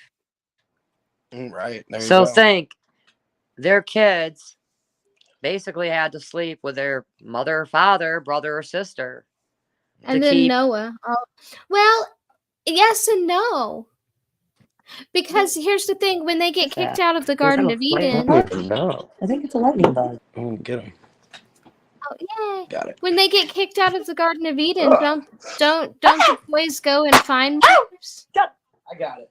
I'm sorry. I had to kill him. We had to kill a No, bug. you're okay. I think it was a lightning bug, but It's then I okay. don't think it was a lightning bug. Oh, It's some sort of beetle. Sorry not to distract. Yeah. That was It's funny all though. good. You even freaked out a bit about that one. Well, it kind of Now, tried to bite me. Adam I and picked it Eve- up. Adam and Eve were the only two in the garden. I will grant you that. But were they the only two that existed? Because when Yeah, when remember they the left, children of Nod. didn't the boys go find wives? And it's the same So- with Noah. Only Noah's family was saved, quote unquote. But when they land, doesn't one of his sons go off, and later doesn't he return with a wife? I'm pretty sure they brought all the wives. But we Yeah, would they have to look- brought we should look they into brought that, all though. the We wives. should Okay, definitely that one's look. fair, but I'm pretty sure Adam and Eve's sons found wives. Well, I know Cain Well, went into the land of Nod basically- and found a wife. That's for sure. Basically they married their sisters. Yeah. That's how they they didn't go because it was just Adam and Eve. So the people of Right, Nod but- were from but I'm, Adam like- and Eve. Yeah. You think so? That's one way that they interpret that. I'm pretty But sure. there are different versions that that people believe that do say that it wasn't just Adam and Eve. There's some But savage if race you in there or actually something. go through and read the Bible Yeah. and study it, all basically it's mankind is one race. yeah, it was Adam and Eve. Everybody came from Adam and Eve. There's even some theologians that believe that there's two different lines coming off of Cain's line was from Satan, basically. Here, hold on, And let then me see if I can. Seth's line was from Adam. And it's just like this dual Well, seed that's- doctrine. That's Gnostic lore. Yeah. It is. It's totally Gnostic lore. Yeah. But there's also okay. So I'm not saying that Adam and Eve weren't like the prototypes of a bloodline, right? But I mean, if you look at human DNA, as you were saying earlier, we're pretty mixed. I mean, don't get me wrong. There are some that have there are some tribes that to this day have very little Neanderthal and have a lot of Denisovan, right? But Mm. most people have a mix of both, right? We have Denisovan, we have Neanderthal indicators, we have, and who knows what else? I mean, there could be more. There could be more Homo sapiens we don't even know to account for, right? So, sure, Adam and Eve could be like, let's just go with one, the only Neanderthals or the only Denisovans or whatever. But does that mean that there was nobody out there? Okay. So I'm glad you brought up the Neanderthal Genome Project. We're going to switch over to the rainforest here.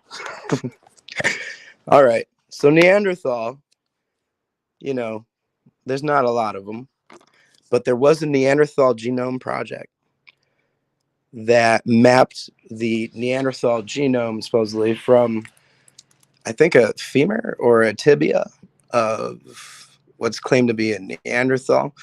There was Denisovans, and then there was also I think it was an erectus that was used to map these genomes. But what's really interesting, I don't know if I still have the information here or not, but oh, here we go. All right, so this is from the Neanderthal Genome Project is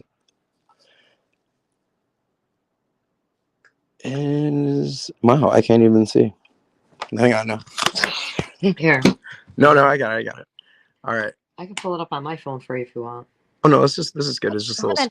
The Neanderthal Genome Yeah. Project. Well, I It's an will be effort of a group of scientists right to back. sequence the Neanderthal Let me genome just founded take a in minute. July 2006. I'm gonna read It was up on that. initiated by 454 Life Sciences, a biotechnology company based in Branford, Connecticut, in the United States, and is coordinated by Max Planck Institute for Evolutionary Anthropology in Germany.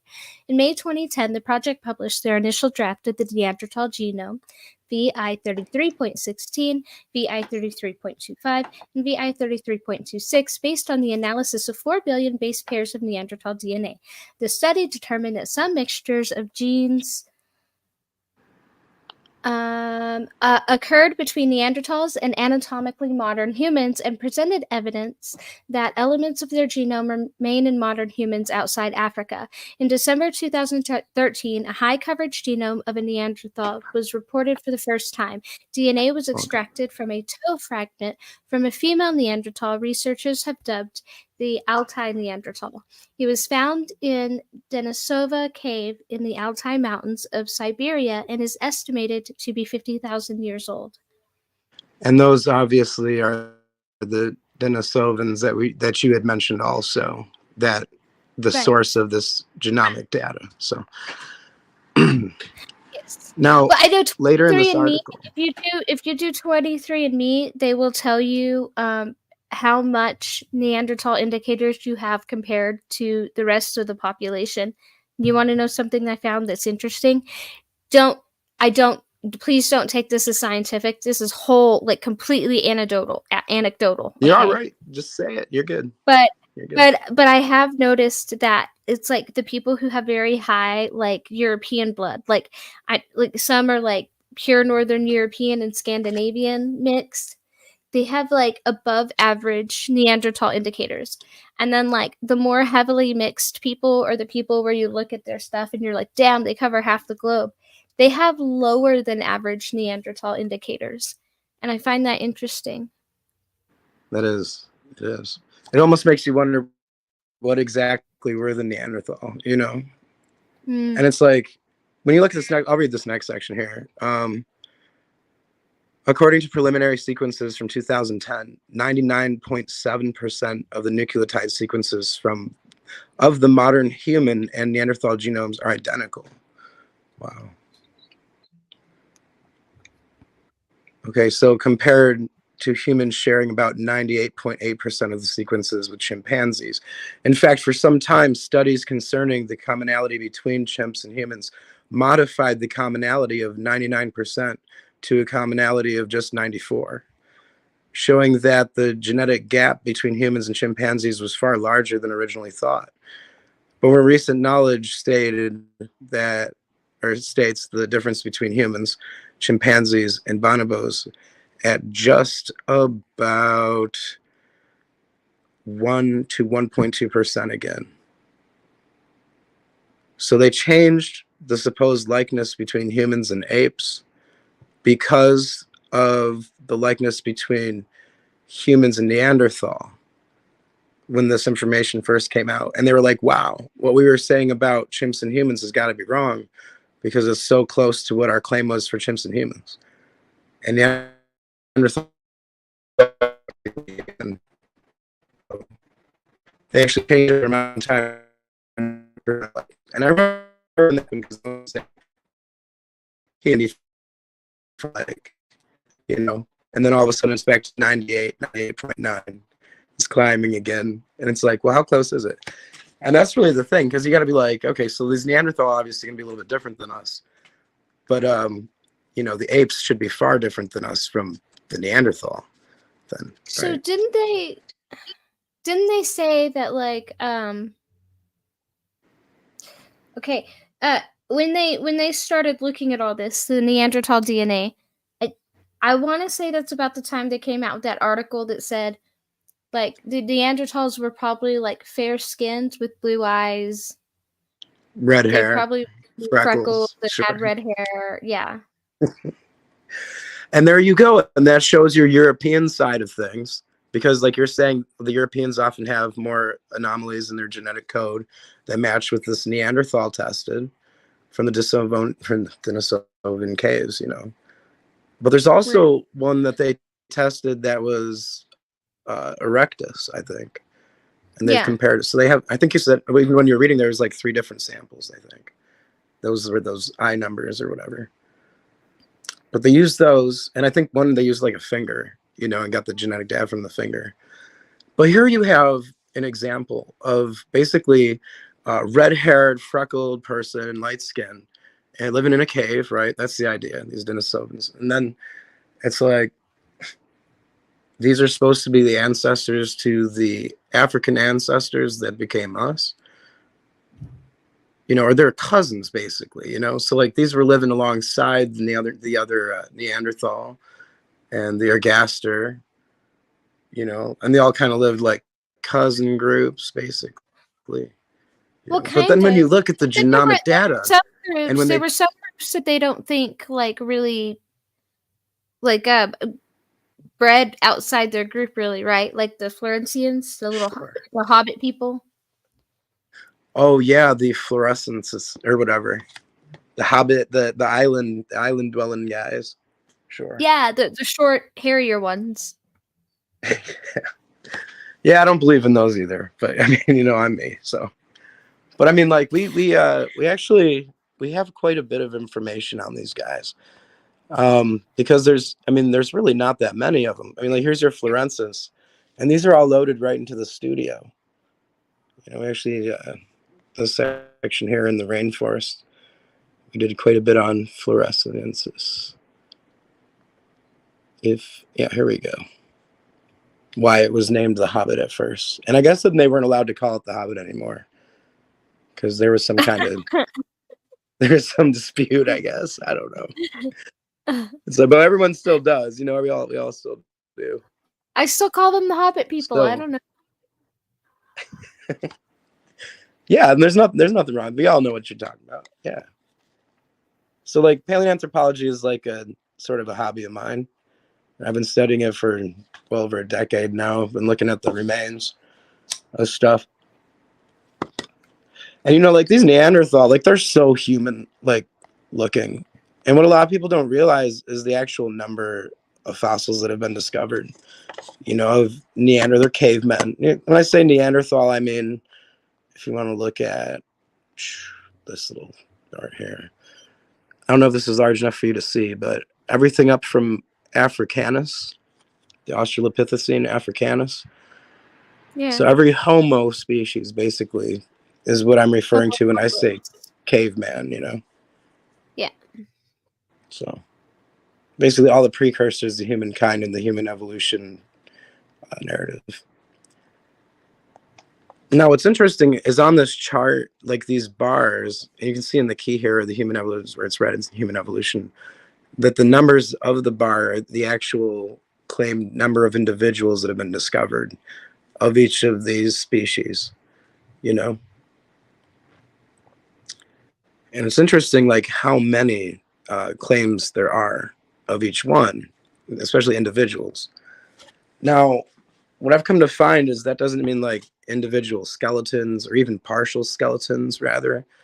But like if you find a finger, you know, like even a finger bone, well, that counts as a single individual, obviously, because that finger bone came from somebody. That's You know. okay. That's a little strange.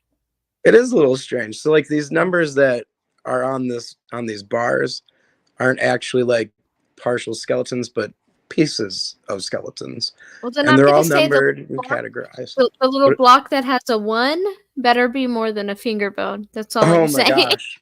Are you talking about the Gari there, the Agari? Yeah, and then the one that has Oh. a 2, like that better be more than finger bones. Oh man, you'd hope so, but I've got a terrible I've got terrible information for you, because like the Gari it's fragments of skull. I mean, there's no finger bones. They've got no femurs. They've got no pelvis or anything. They've got a couple fragments of skull and a piece of a jaw. And that's that one individual. And they imagine an entire species or subspecies of Australopithecine off of that piece of skull. They don't even have like the foramen magnum or whatever, where the Well, where at the least neck in bones. Neanderthal, they got some DNA, you know?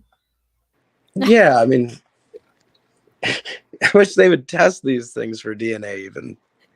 Like, I mean, after so long, can you though? I mean, even bone breaks down after so long, sure. right? So would there even be like any DNA left to test?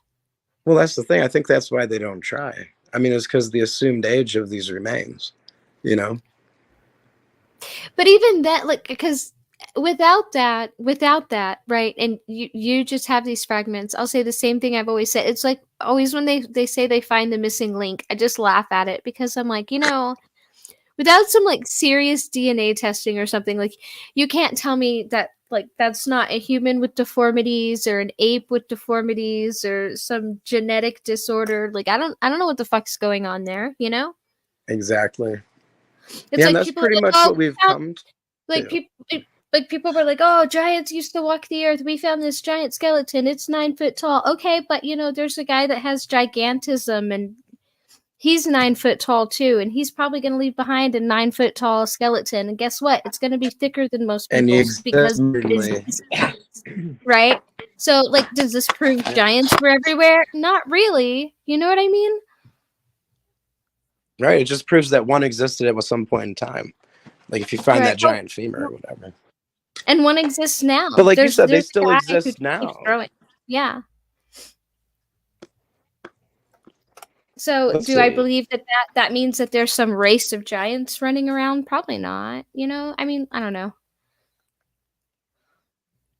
I'm pretty Sure, but it skeptic, though. certainly gives I think credence we know to it. that about me now. Well, that's good to be skeptic. I'd rather Yes, have you be man. skeptic than just believe everything you're told. So here you see this big guy in front of us here. This is a front and side view of him, but it's actually a composite because there's no fully recovered, Neanderthal skeleton. So this Neanderthal is the only complete skeleton, and it's an example that's on display at the American Museum of Natural History in New York City. Okay. It was put together by Gary Sawyer. And Gary Sawyer is an interesting character. But he was basically putting together displays for the anthropology section of the museum. And he's a professional paleoanthropologist. So this is actually a composite of 3 different discoveries. The bottom section from the pelvis down is a female find. So it's a female individual. The torso, ribs, and arms is of a male. And then the skull itself is actually another composite of several different finds to create the full skull. So what you see here is basically a Frankenstein. And it's the only complete Neanderthal skeleton that's ever been recovered. The only complete example. So, and what we basically have here and what they found is, and they're claiming that this is slightly shorter than modern humans, or this version of human is slightly shorter than us modern humans.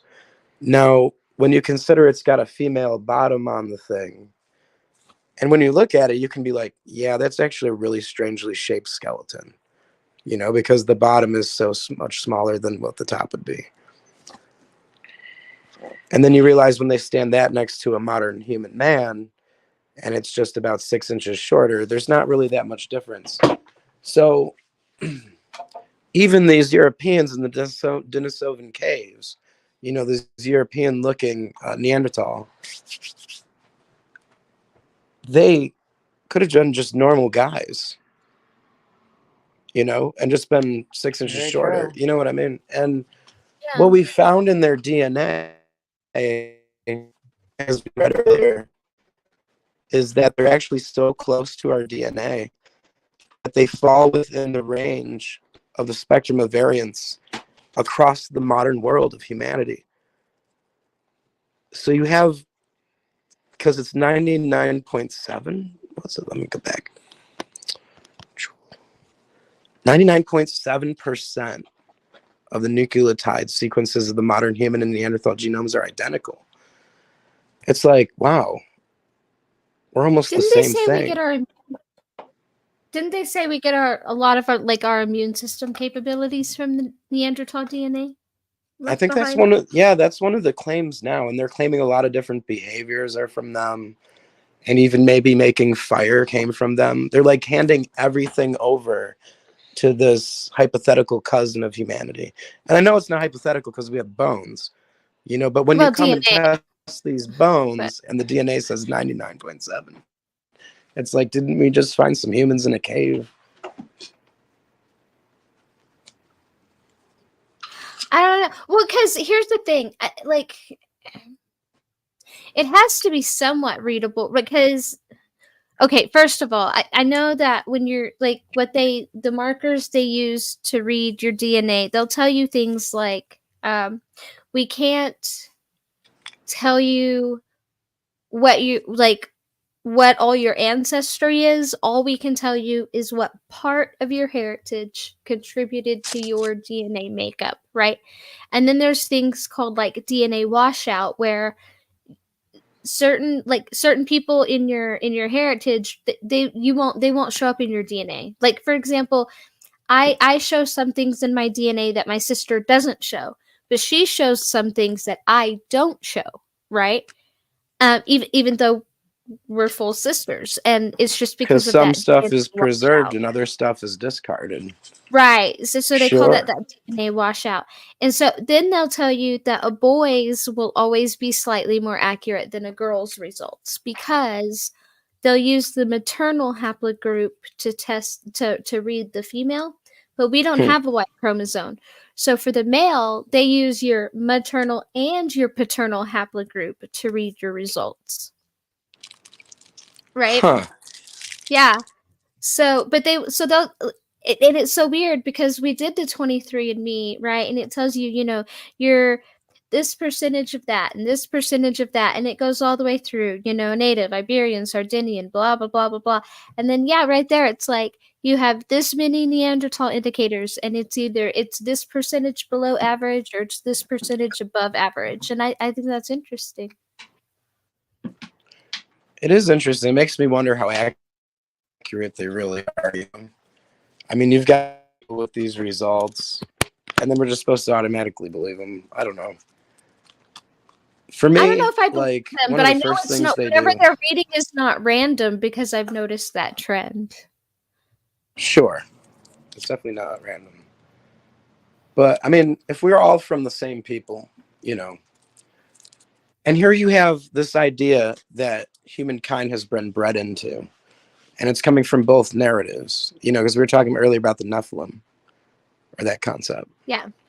So you have this interbreeding concept in both stories, but one it's angels and then another one it's some cousin of humanity, Mhm. So I think that's interesting how it parallels. But for me, I mean, it seems like they found human bones in a cave, claimed that they were Neanderthal first before they tested them. You dig what I mean? Then when they come to test them, they find out that they're within 99.7% of the nucleotide sequences of the modern human. And they're like, oh, wow, we have fully human. And what they proved is that the Neanderthal are a lot more human than we thought originally. True. And then they're like Well, trying to claim Caucasian, that they're Caucasian and have red hair. And it's like, I don't really care what they are, but I always thought our ancestors had to be far less primitive than people made them out to be. Because you know I what? agree. Oh, I definitely agree. Don't get me wrong, we have a lot of technology, right, that we've slowly built on over who knows how long. But I, for one, am not building pyramids and structures that, are going to outlast the house I'm living in. I'm not even building my house, right? Like, Right. I have no idea what it takes to do what they did.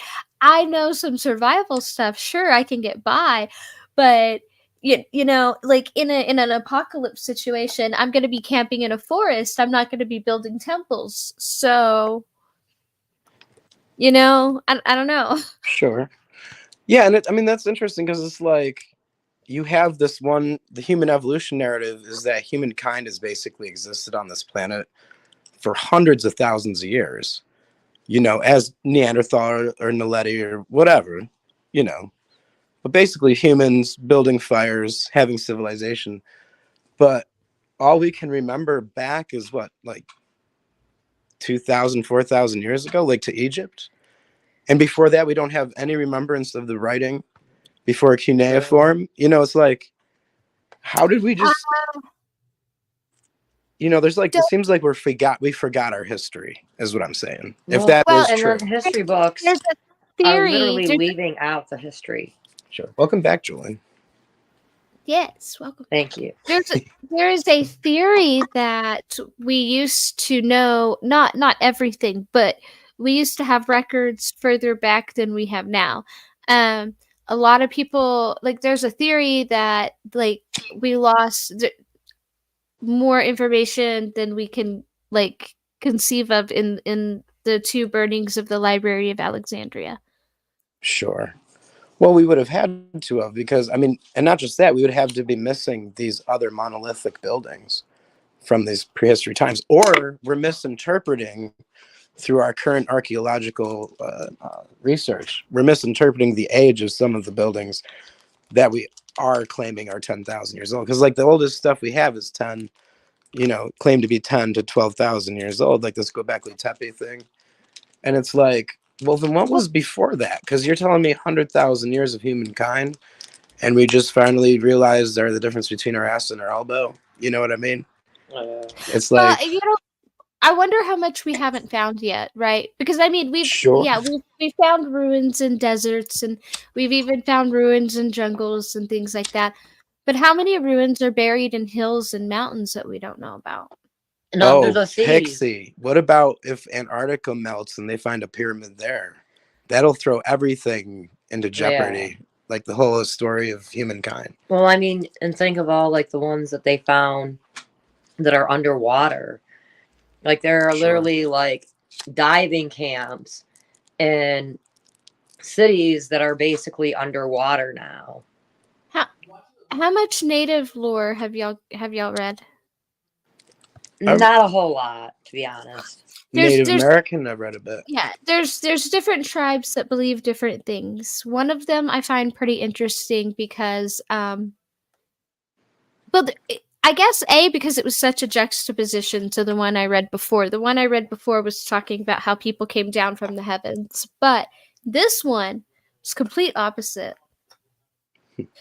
And it said that people came up. They came up from the center of the earth through the four gates of hell before we got to the surface of the earth, right?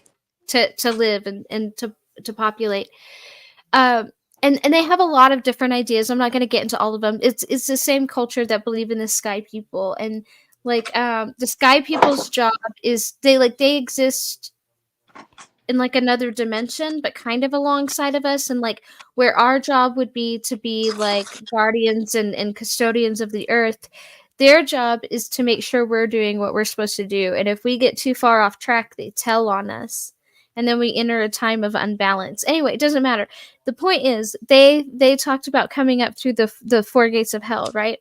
And I find it interesting because in that region, they started finding a lot of like what looked like almost like subterranean cave cities. Huh. Anyway, I thought that was interesting. I actually is do interesting. remember. So I used to go to these powwows in Salamanca in the res with my dad as a kid. And I vaguely remember one of the chiefs talking about that once. I'm gonna have to go online and look that up a bit more because I'd be interested in reading a little more on that. the last time I talked to a friend from that culture, I'm Cherokee, so that I mean I have Cherokee and Apache in my family, so it's not ours, but we have friends in other tribes and stuff. I actually have a But- little Cherokee to me as well. Nice.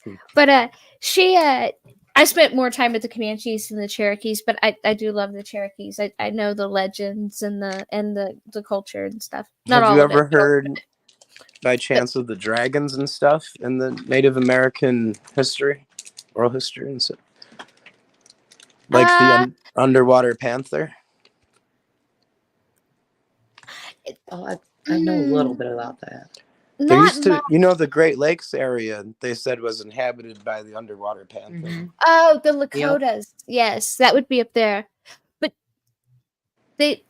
so the people that believe in the sky people, right? They Mhm. think we got told, okay, so they believe that we have gone through 4 worlds, I think, or have we gone through 4 worlds, or are we fixing to be on the 4th world? I can't remember. Anyway, we've gone through multiple worlds, but it's not what people think of as worlds. It's like something like a sweeping global philosophy, or a natural, like a huge global, like natural disaster chain of events. Like anything could set off a new world, right? Like it's not what people think of. So but like the Renaissance could have been a new world. Does that make sense? Like it's not what Sure. people think of. Okay. But in between these worlds, you go through a time of imbalance. And it's really cool because like they would do these spirals in the desert, and they would line them up with like the solstice and the stars and all that. And so like on the solstice, the sun would go down the center of the spiral, and they would know everything's in balance. Well, there was this huge earthquake. What was it, about 15 years ago now? Maybe a little more? Mhm. I don't know. Anyway, it was so big that it kind of like shifted the axis a little bit. What it knocked us off like 3 degrees or something, 0.3 degrees, something like that. Anyway, it moved us. And the sun didn't go down the center of the spiral anymore. And so like I remember her and her family, they were like, nope, we are in a time of unbalance. We are between worlds. They Huh. told on us. We have strayed too far from our path. And I was like, that is interesting. It was interesting. It is, because it reminds me another. I was watching a documentary. I forgot on which site, but they were saying that it was out of alignment as well from what would be what they were thinking it was meant to do. So, like the builders who had these things perfectly set to the right north and south and east and west somehow got the axis wrong, And Yeah. it's like, or the axis has changed or something. And there's a lot of people that believe that it's a lot of whack right now. So Yeah. Yep. She very much believes that. She believes we are in a time of unbalance between worlds, and we have been for quite a while. Because we got told on, because we are no longer on our path.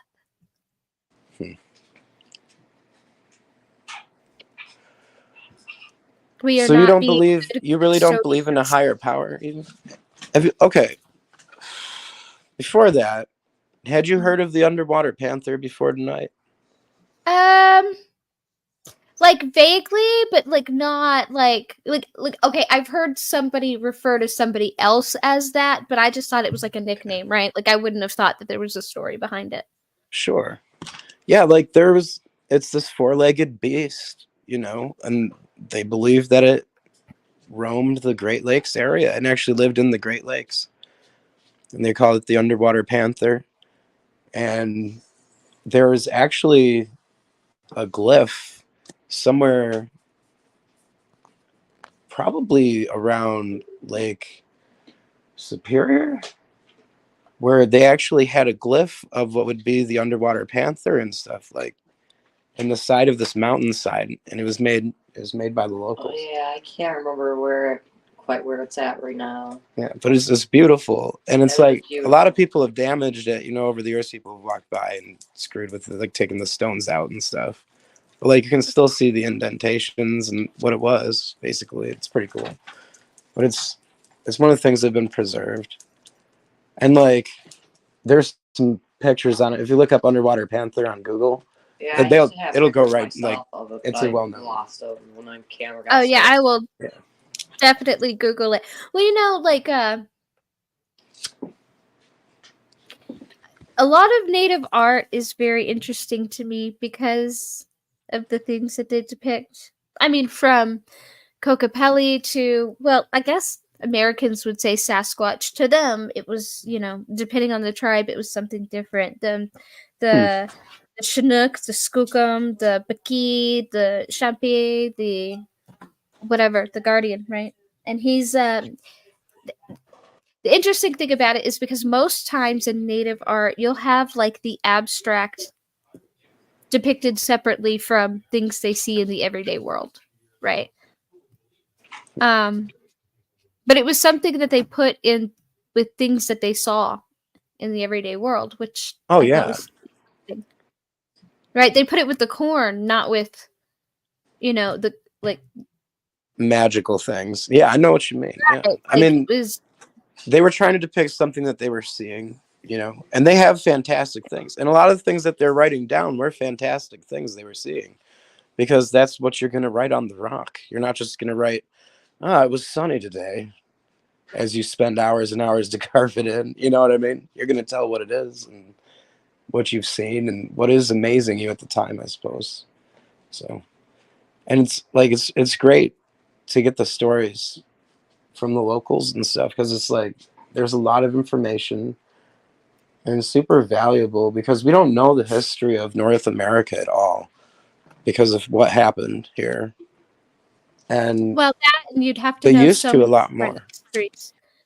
That and you'd have to know so many different histories, right? And you'd have to unlearn a lot. It's like Yes. Like and you have to be 300, willing. I think. There's like 300. Yeah, and you have to be willing to like consider a lot of different perspectives too. Um, for an example, I do a thought experiment with the United States, and this isn't that long ago, right? So, why did the why did the Revolutionary War, why did we fight the Revolutionary War? Are you asking me personally, or Yeah, like what I why was did we told? fight it? Mm-hmm. To escape the rule of the British, right? Right. Exactly. And taxation without representation. And Right. we came to America because we were fleeing religious persecution, right? That's a Yeah, to very escape American. the overwhelming British monarchy. Right. Now we're going to look at it from the European perspective. And here's where things get a little different. Most of our first settlers actually didn't flee Britain. They had already fled Britain to Holland, but they were becoming quote unquote too Dutch and wanted someplace their own because the Dutch were far too tolerant. And this would be why they headed to America. Second, when the English did come over, the non-religious, English colonists coming over, debtors prison, all of that. Here's what happened. England was fighting a war, and they were shipping supplies back and forth to the colonies. And they had damn near bankrupted themselves. I mean, England was pretty bankrupt. So they got to a point where their citizens had to start paying some tax, right? Because they had a war, they had the colonies, they had a lot of shit going on. So they did ask America to pay, they asked the colonies to pay some tax. But in their eyes, it's not that bad because they were asking the average English citizen to pay 20% higher taxes, right? So then America's like, okay, but no taxation without representation. So we need somebody over there speaking for us. And England is like, okay, that's great, but we're bankrupt. I literally cannot afford to ship your dignitary back and forth to come participate in court, right? I can't be doing this. And so the story changes depending on what perspective you're looking at it from, right? Definitely. Now we've got 300 of them. Sure. Well, it's I kind know. of like the way that, I mean, okay, I'm sorry. Yeah, it was a bad comparison. I mean, I just had something happen. Yeah.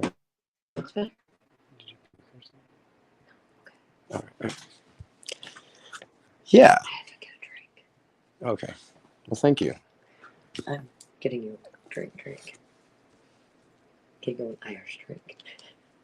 I know the Native Americans also have like rainbow birds and Yes. dragons and stuff, but like this, a lot like this one depiction of the, and I thought this was interesting, but the one depiction of the underwater panther, it looks like a Chinese dragon, basically. Like it's got a beard and Oh, yeah. like a mustache thing going on, and then Yeah, the water scales. dragon. Have you ever seen the videos? But it also has feathers, you know. Have you ever seen the Yeah. videos on YouTube that somebody made of? I think they must have used AI or CG or something of the underwater panther. What? I'll I'll have give to me a check that second. out. I'll I'll have to look check it it up out. and see if I can find it. It's really cool. Missing Mod and big old baby. They're chatting it up. Get Mr. Ooh, let's see what right we're saying here. Dinosaurs need not be living to inspire myth and legend.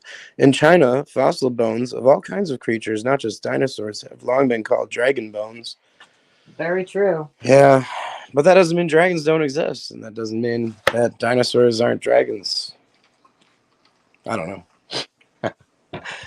You know what, though? Have you seen that one dinosaur skull that they dug out of the seaside cliff in the UK? And it's like, I think it's a monosaur, a plesiosaur. It's a plesiosaur, not a plesiosaur, but a plesiosaur. And like this thing's head is longer than your body, and it looks like it just eats you. Yeah. But they didn't have the rest of it, you know, because they really rarely recover the rest, and it's still in the hill somewhere. But they've got the skull, and this thing looks like a dragon skull, like what you'd see something on Game of Thrones or whatever, or Dragon Heart. Like this is like a dragon skull. I don't know. Oh my gosh, what was I looking at again? You know what I found interesting? Plesiosaur skull. No. Before that, Oh, I don't I know. was looking up the. Oh, the underwater panther. Yes, thank you. Yeah. Look that up. I'll get a shot of What that. I found interesting is that they think a lot of dinosaurs were actually a lot more bird-like than we thought, like feathers and everything. Right, even in the 90s with Jurassic Park, you know what I mean? Like back then, Yeah. they were, none of them had feathers, you know? Yeah, but You're now we going more think for that the they lizard. were very feathered. But now we think they're very feathered and more like birds. Yeah. Well, that's evolution theory for you, man. Pushing its way and its Especially narrative for- and everything. Well, no, it's because they found new fossils. They had found a new fossil of one that was commonly like depicted as like a lizard or whatever. That I don't want to. Was it the allosaur? Oh, maybe it was the raptor. It was either the raptor. It was one kind of like the raptor, like the allosaur or something. I can't remember. Anyway, they had found new fossils, but the fossils that they found, it was preserved in the rock enough that there was actually like the depiction of the feathers, and they were like, oh, this was feathered, not what we thought. Oh, yeah, on the raptors. Yeah. On the raptors. Yeah, I mean, like, Mhm. and now they think that they're like the size of a turkey and they were like 7 to 8 feet long, like they have them in the movies. You know what I mean? Yeah. Like there's no raptors that, but when in the 90s, I think it was 94 or 93 or whenever they came out with the first Jurassic Park, like Steven Spielberg actually had to decide whether they were going to give them the thick bird tongues or if they were going to give them slick, slithery snake or lizard tongues that kind of flicker out, the flickery tongue, you know? Mhm. And they're like, they actually did a whole kitchen scene, like where the raptor gets into the kitchen and chases the kids through the kitchen and they hide in the oven or whatever. Did you know Yeah. that they also were debating on feathers? Because it's been proven that a lot of dinosaurs didn't have scales, that they actually had feathers. Oh, yeah. Or fur. That's what she was just saying. Oh, okay. While you were out. Yeah. So what I was trying to do, sorry that the sound came on. I thought That's I had all right. it muted. Oh, yeah. Let me, But I don't know if you can. hang on now. Oh yeah, we're good. We should have used my tablet this week. Can you imagine if they made a movie where Harpy screeched instead of roar? What is it? Pixie? So can you imagine if they made the movie with them Harpy screeching instead of roaring?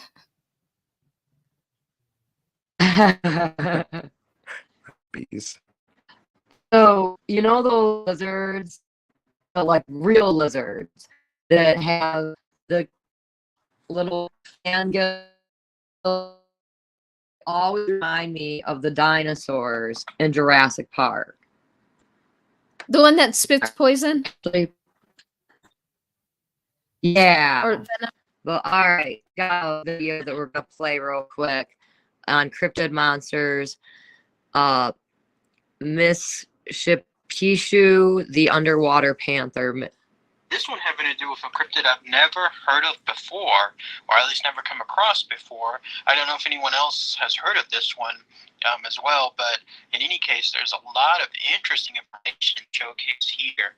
I guess to show again these big cryptids and monsters that we're talking about, and each one of their own special characteristics. They're unlike any other Yeah, altogether. let's give it a shot. Oh, here we go. That's it right there. For ease, I'm going to call it the underwater panther. And it's supposed to essentially realm the area borders, especially areas having to do with lots of lakes and waters. So what is the underwater panther? Well, basically, it's supposed to be an old Native American spirit of some sort. And here's another example of some mythological creature that lots of Native Americans talked about for who knows how many centuries. And not only I would just, I guess, disregard most of this information, but for the fact that there are a lot, and I mean a lot, of drawings, cave drawings, murals, That's one of stuff the placed drawings that I on had pictures of. special, I guess you could call them like commemorative places. All right, that's a good one. Let's pause it there.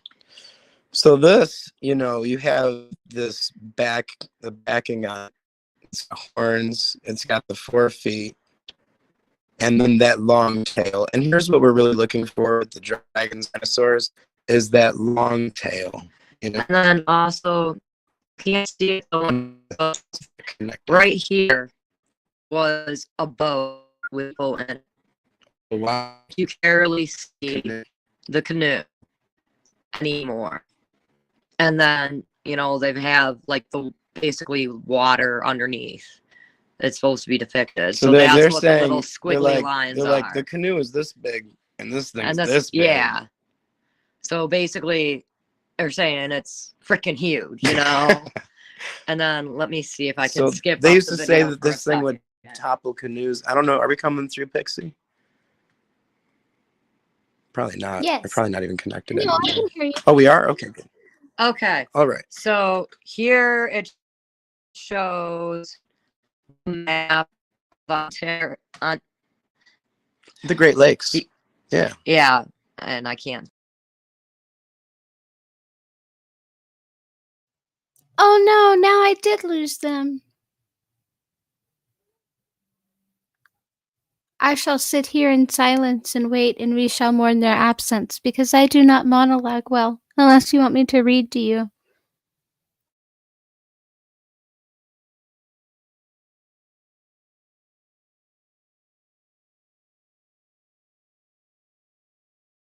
This is a good one. Yay! All right, they we're have back. it. Sorry. All right, do you want to put the camera up and we Sure. got that? You still here, Pixie? I'm sorry. We just kind of drop out sometimes. Yeah. Yeah. I'm here. I'm here. I am going to go get some water real quick, but I'm still here and I'll be right back. All right, we're All gonna right.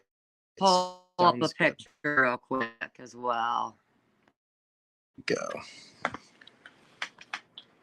So let me see if I can get this out of the way first. Oh, this is a good picture of it. And this is the one I saw first, But this is just Man. like a modern artist rendition of what this thing is supposed to be. And basically, again, it shows the canoe with the people down here, Yeah. and then basically this thing is just huge. What was the name? Okay, it's Mishipishu, and that's its local name, around the lakes for it. But then, more commonly, it's known as the underwater panther. But if you look that up on So Depiction. That's pretty awesome. all right. Oh, hold on, let me get this out. Oh of the yeah, way. now that looks like a bowl. A water bowl. Like there's many different depictions from different tribes, different people on what exactly this underwater dragon will look like. Yeah, that long tail is pretty cool. So, let's see if I can find the other ones.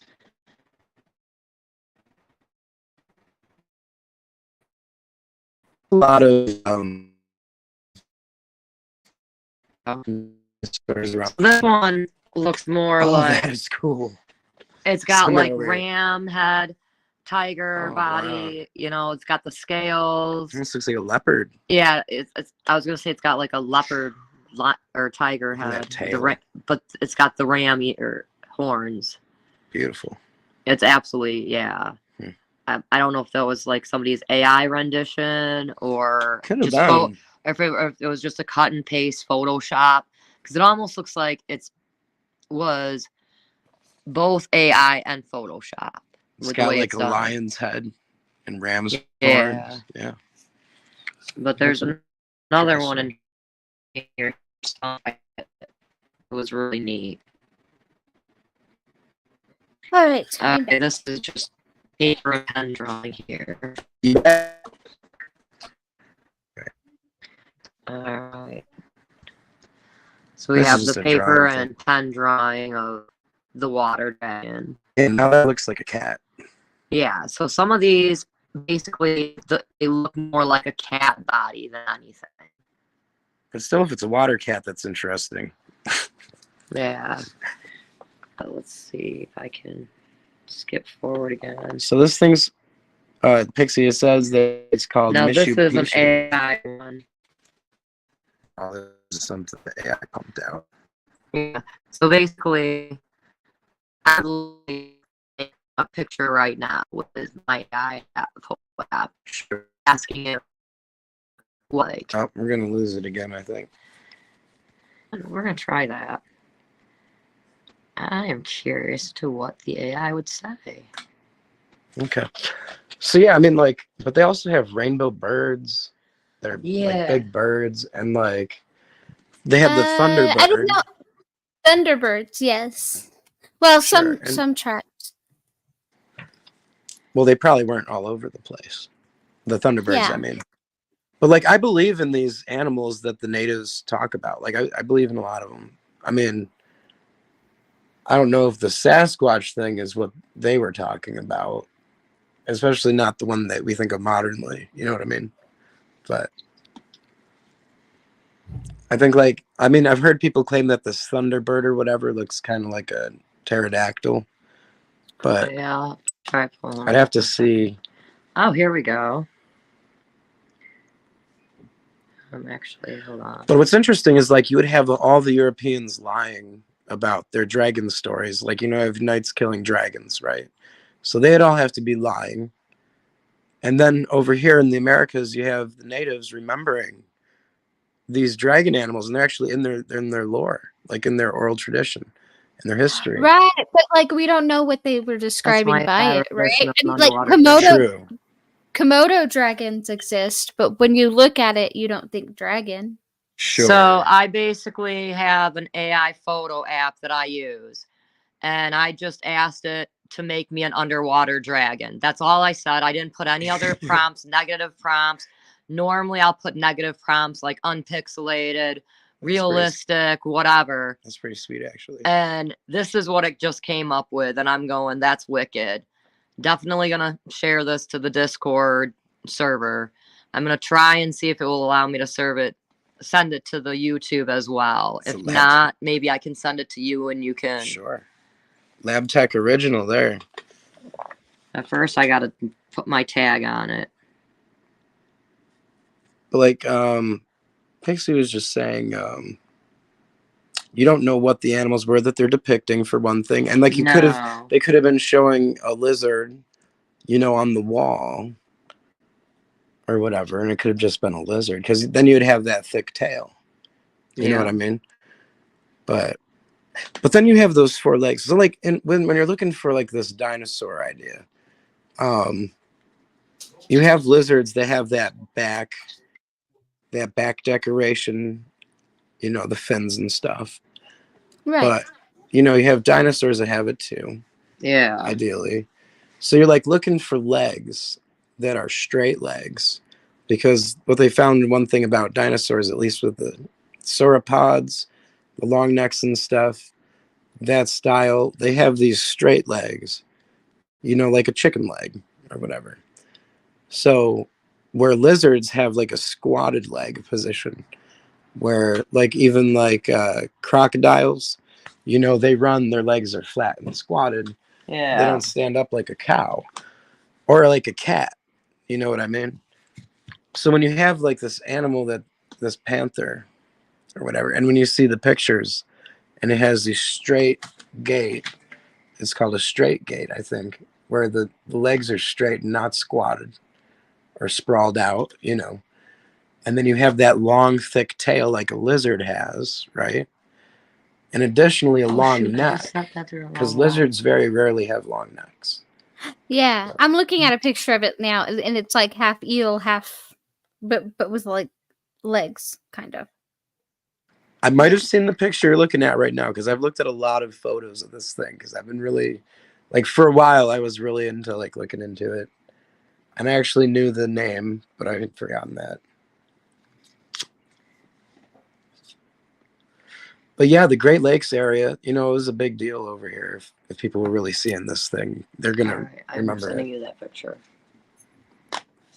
Now, what's interesting, like, and I've always pointed this out to people, Pixie, is like you'll ask, say, a paleontologist or an evolutionist, usually, like, where are sauropods found, like the long-necked dinosaurs? Where are they found? And they'll be like, well, they're in Jurassic layers or whatever dinosaur layer they're found in, right? But when you ask a creationist, they're like, you know, Utah.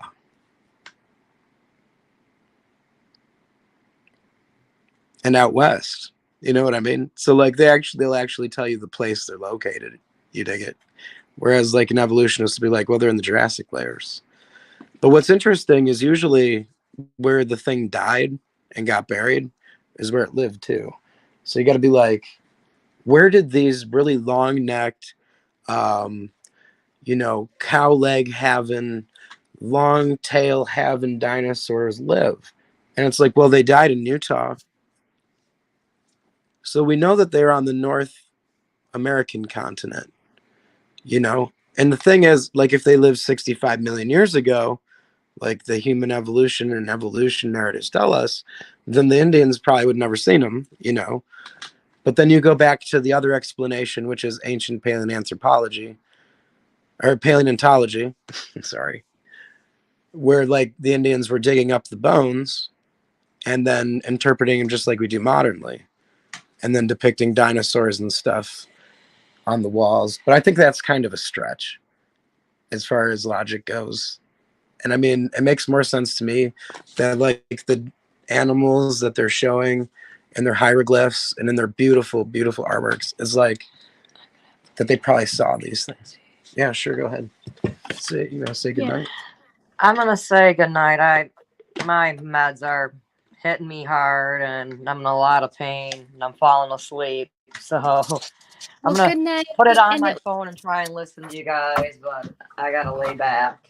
So Well, I good hope you night. guys have a good night. Well, thanks, And Julian. it was absolutely lovely to meet you. Yes, And, very lovely to be talking with you too, hon. You have a good night. Now, here you have Big Bad Mama. He says, explain Archaeopteryx. So you have basically a feathered dinosaur, Yes. you know. Did you? Oh, here. You know what? That was what I was gonna do before I. Let me get you the picture of your feathered. Do you remember what the feathered dinosaur, the name of it was? The Archaeopteryx? I'll Or just spell the ARCHEO? RCH. And Big Bad Mama, are you talking about the one that looks like a harpy? I've actually got a Oh, photo. wait, He no, might be that's gone not. already because I kind of took a while to get to his question, and I apologize. All right, so Archaeopteryx. Here we go. There's a photo of the most famous Archaeopteryx find. They showed everybody.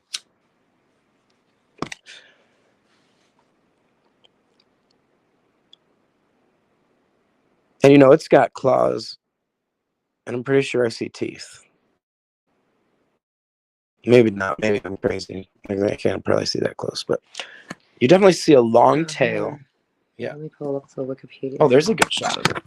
Yeah, give me 1 second. Let You me can see it pull with up skin this. on, I think. So it says the how'd you say that again? Archaeopteryx. Archaeopteryx, sometimes referred to by its German name, Urvogel, Urvogel,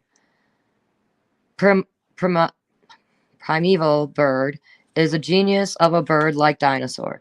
The name derived from the ancient Greek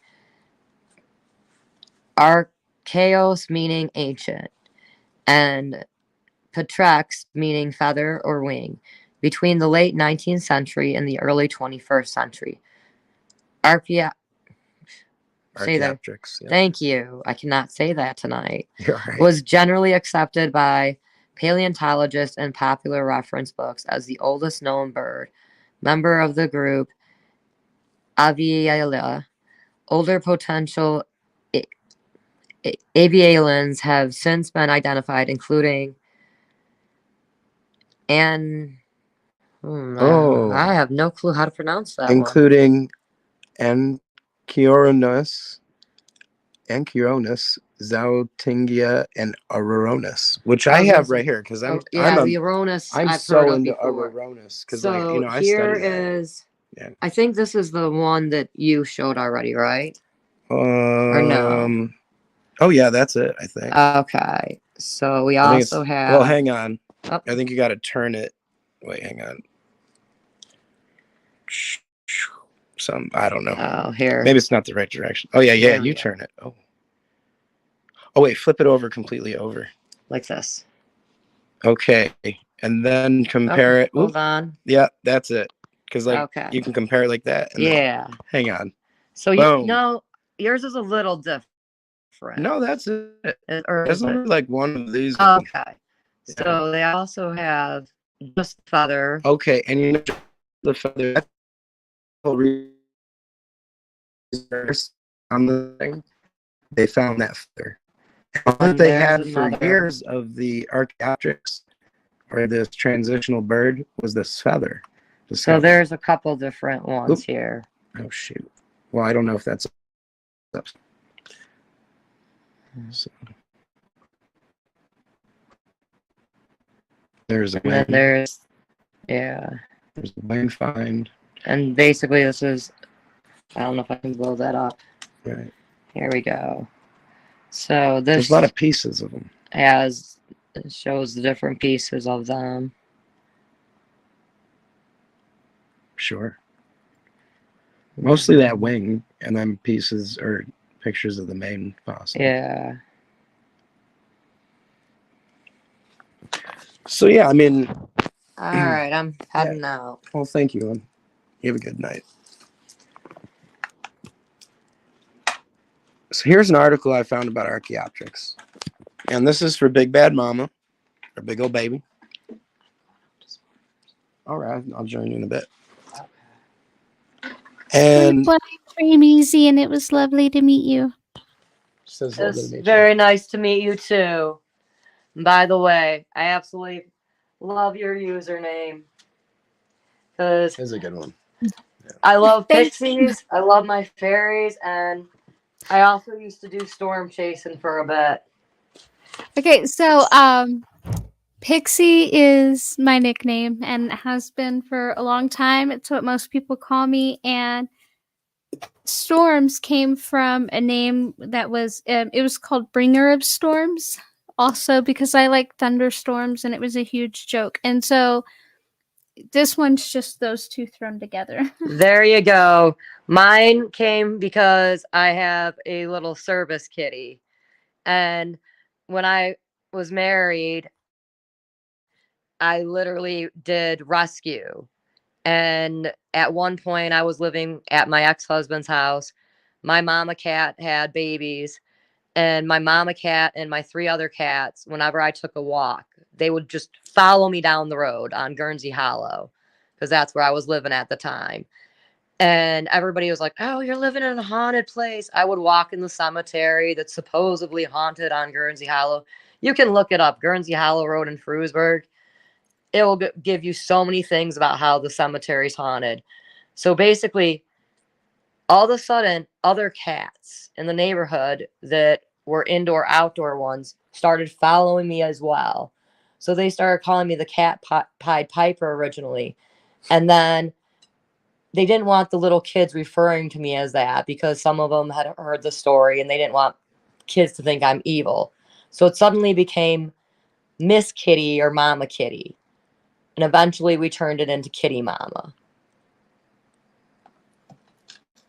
But I love my animals, but it was very nice to meet you. I'm going to head out and smoke and then literally go to bed. It's Yeah, been I'm a not far long day behind. today. I hope you guys have a good Hit night. the hay. All Me right. too. By the way, Yeah, I'll drink. that I'll up. drink that. All right. Thank you. I'll try that That's too. good. Yeah. All right. See you in a few minutes. All right. All right. So, yeah, I mean, what other? I guess I don't know if you're trying to take off yet or. Yes, I'm gonna let you go to bed, and I'm All going to right. head to bed. I was just trying not to interrupt. Good night. All right. All Well, thank you. It right. was really great meeting you, and or Yes, actually in it was person for once. I think I definitely met you in the really chat. great But... meeting you in the chat tonight. All right, I'm gonna go smoke a cigarette. All right. You guys have a good night. All right, guys. Thanks for joining the open mic. We're gonna be here next week. Hopefully, Jason joins us again. I think last week we talked a little bit about Fibonacci sequence, and then we Yes, talked and we hit up a little bit more. more And of it today. You know, kind of showed some more pictures, and like we went into it just to review. Is that the physical formulations that explain the universe of this reality? It just goes to show you that the universe is filled with patterns, design, intention. It's not just some chaos. It's actually built upon laws and makes a whole lot of sense to believe in a creator rather than no creator. So definitely. and and then there's the hope of the Bible, which is that we might all live again one day, and that this isn't the end, that this life isn't the end. So that is the hope of the Bible that atheism cannot provide, because with atheism there's just a grave. Very true. All right, have a great week, stay strong, and God bless. God bless.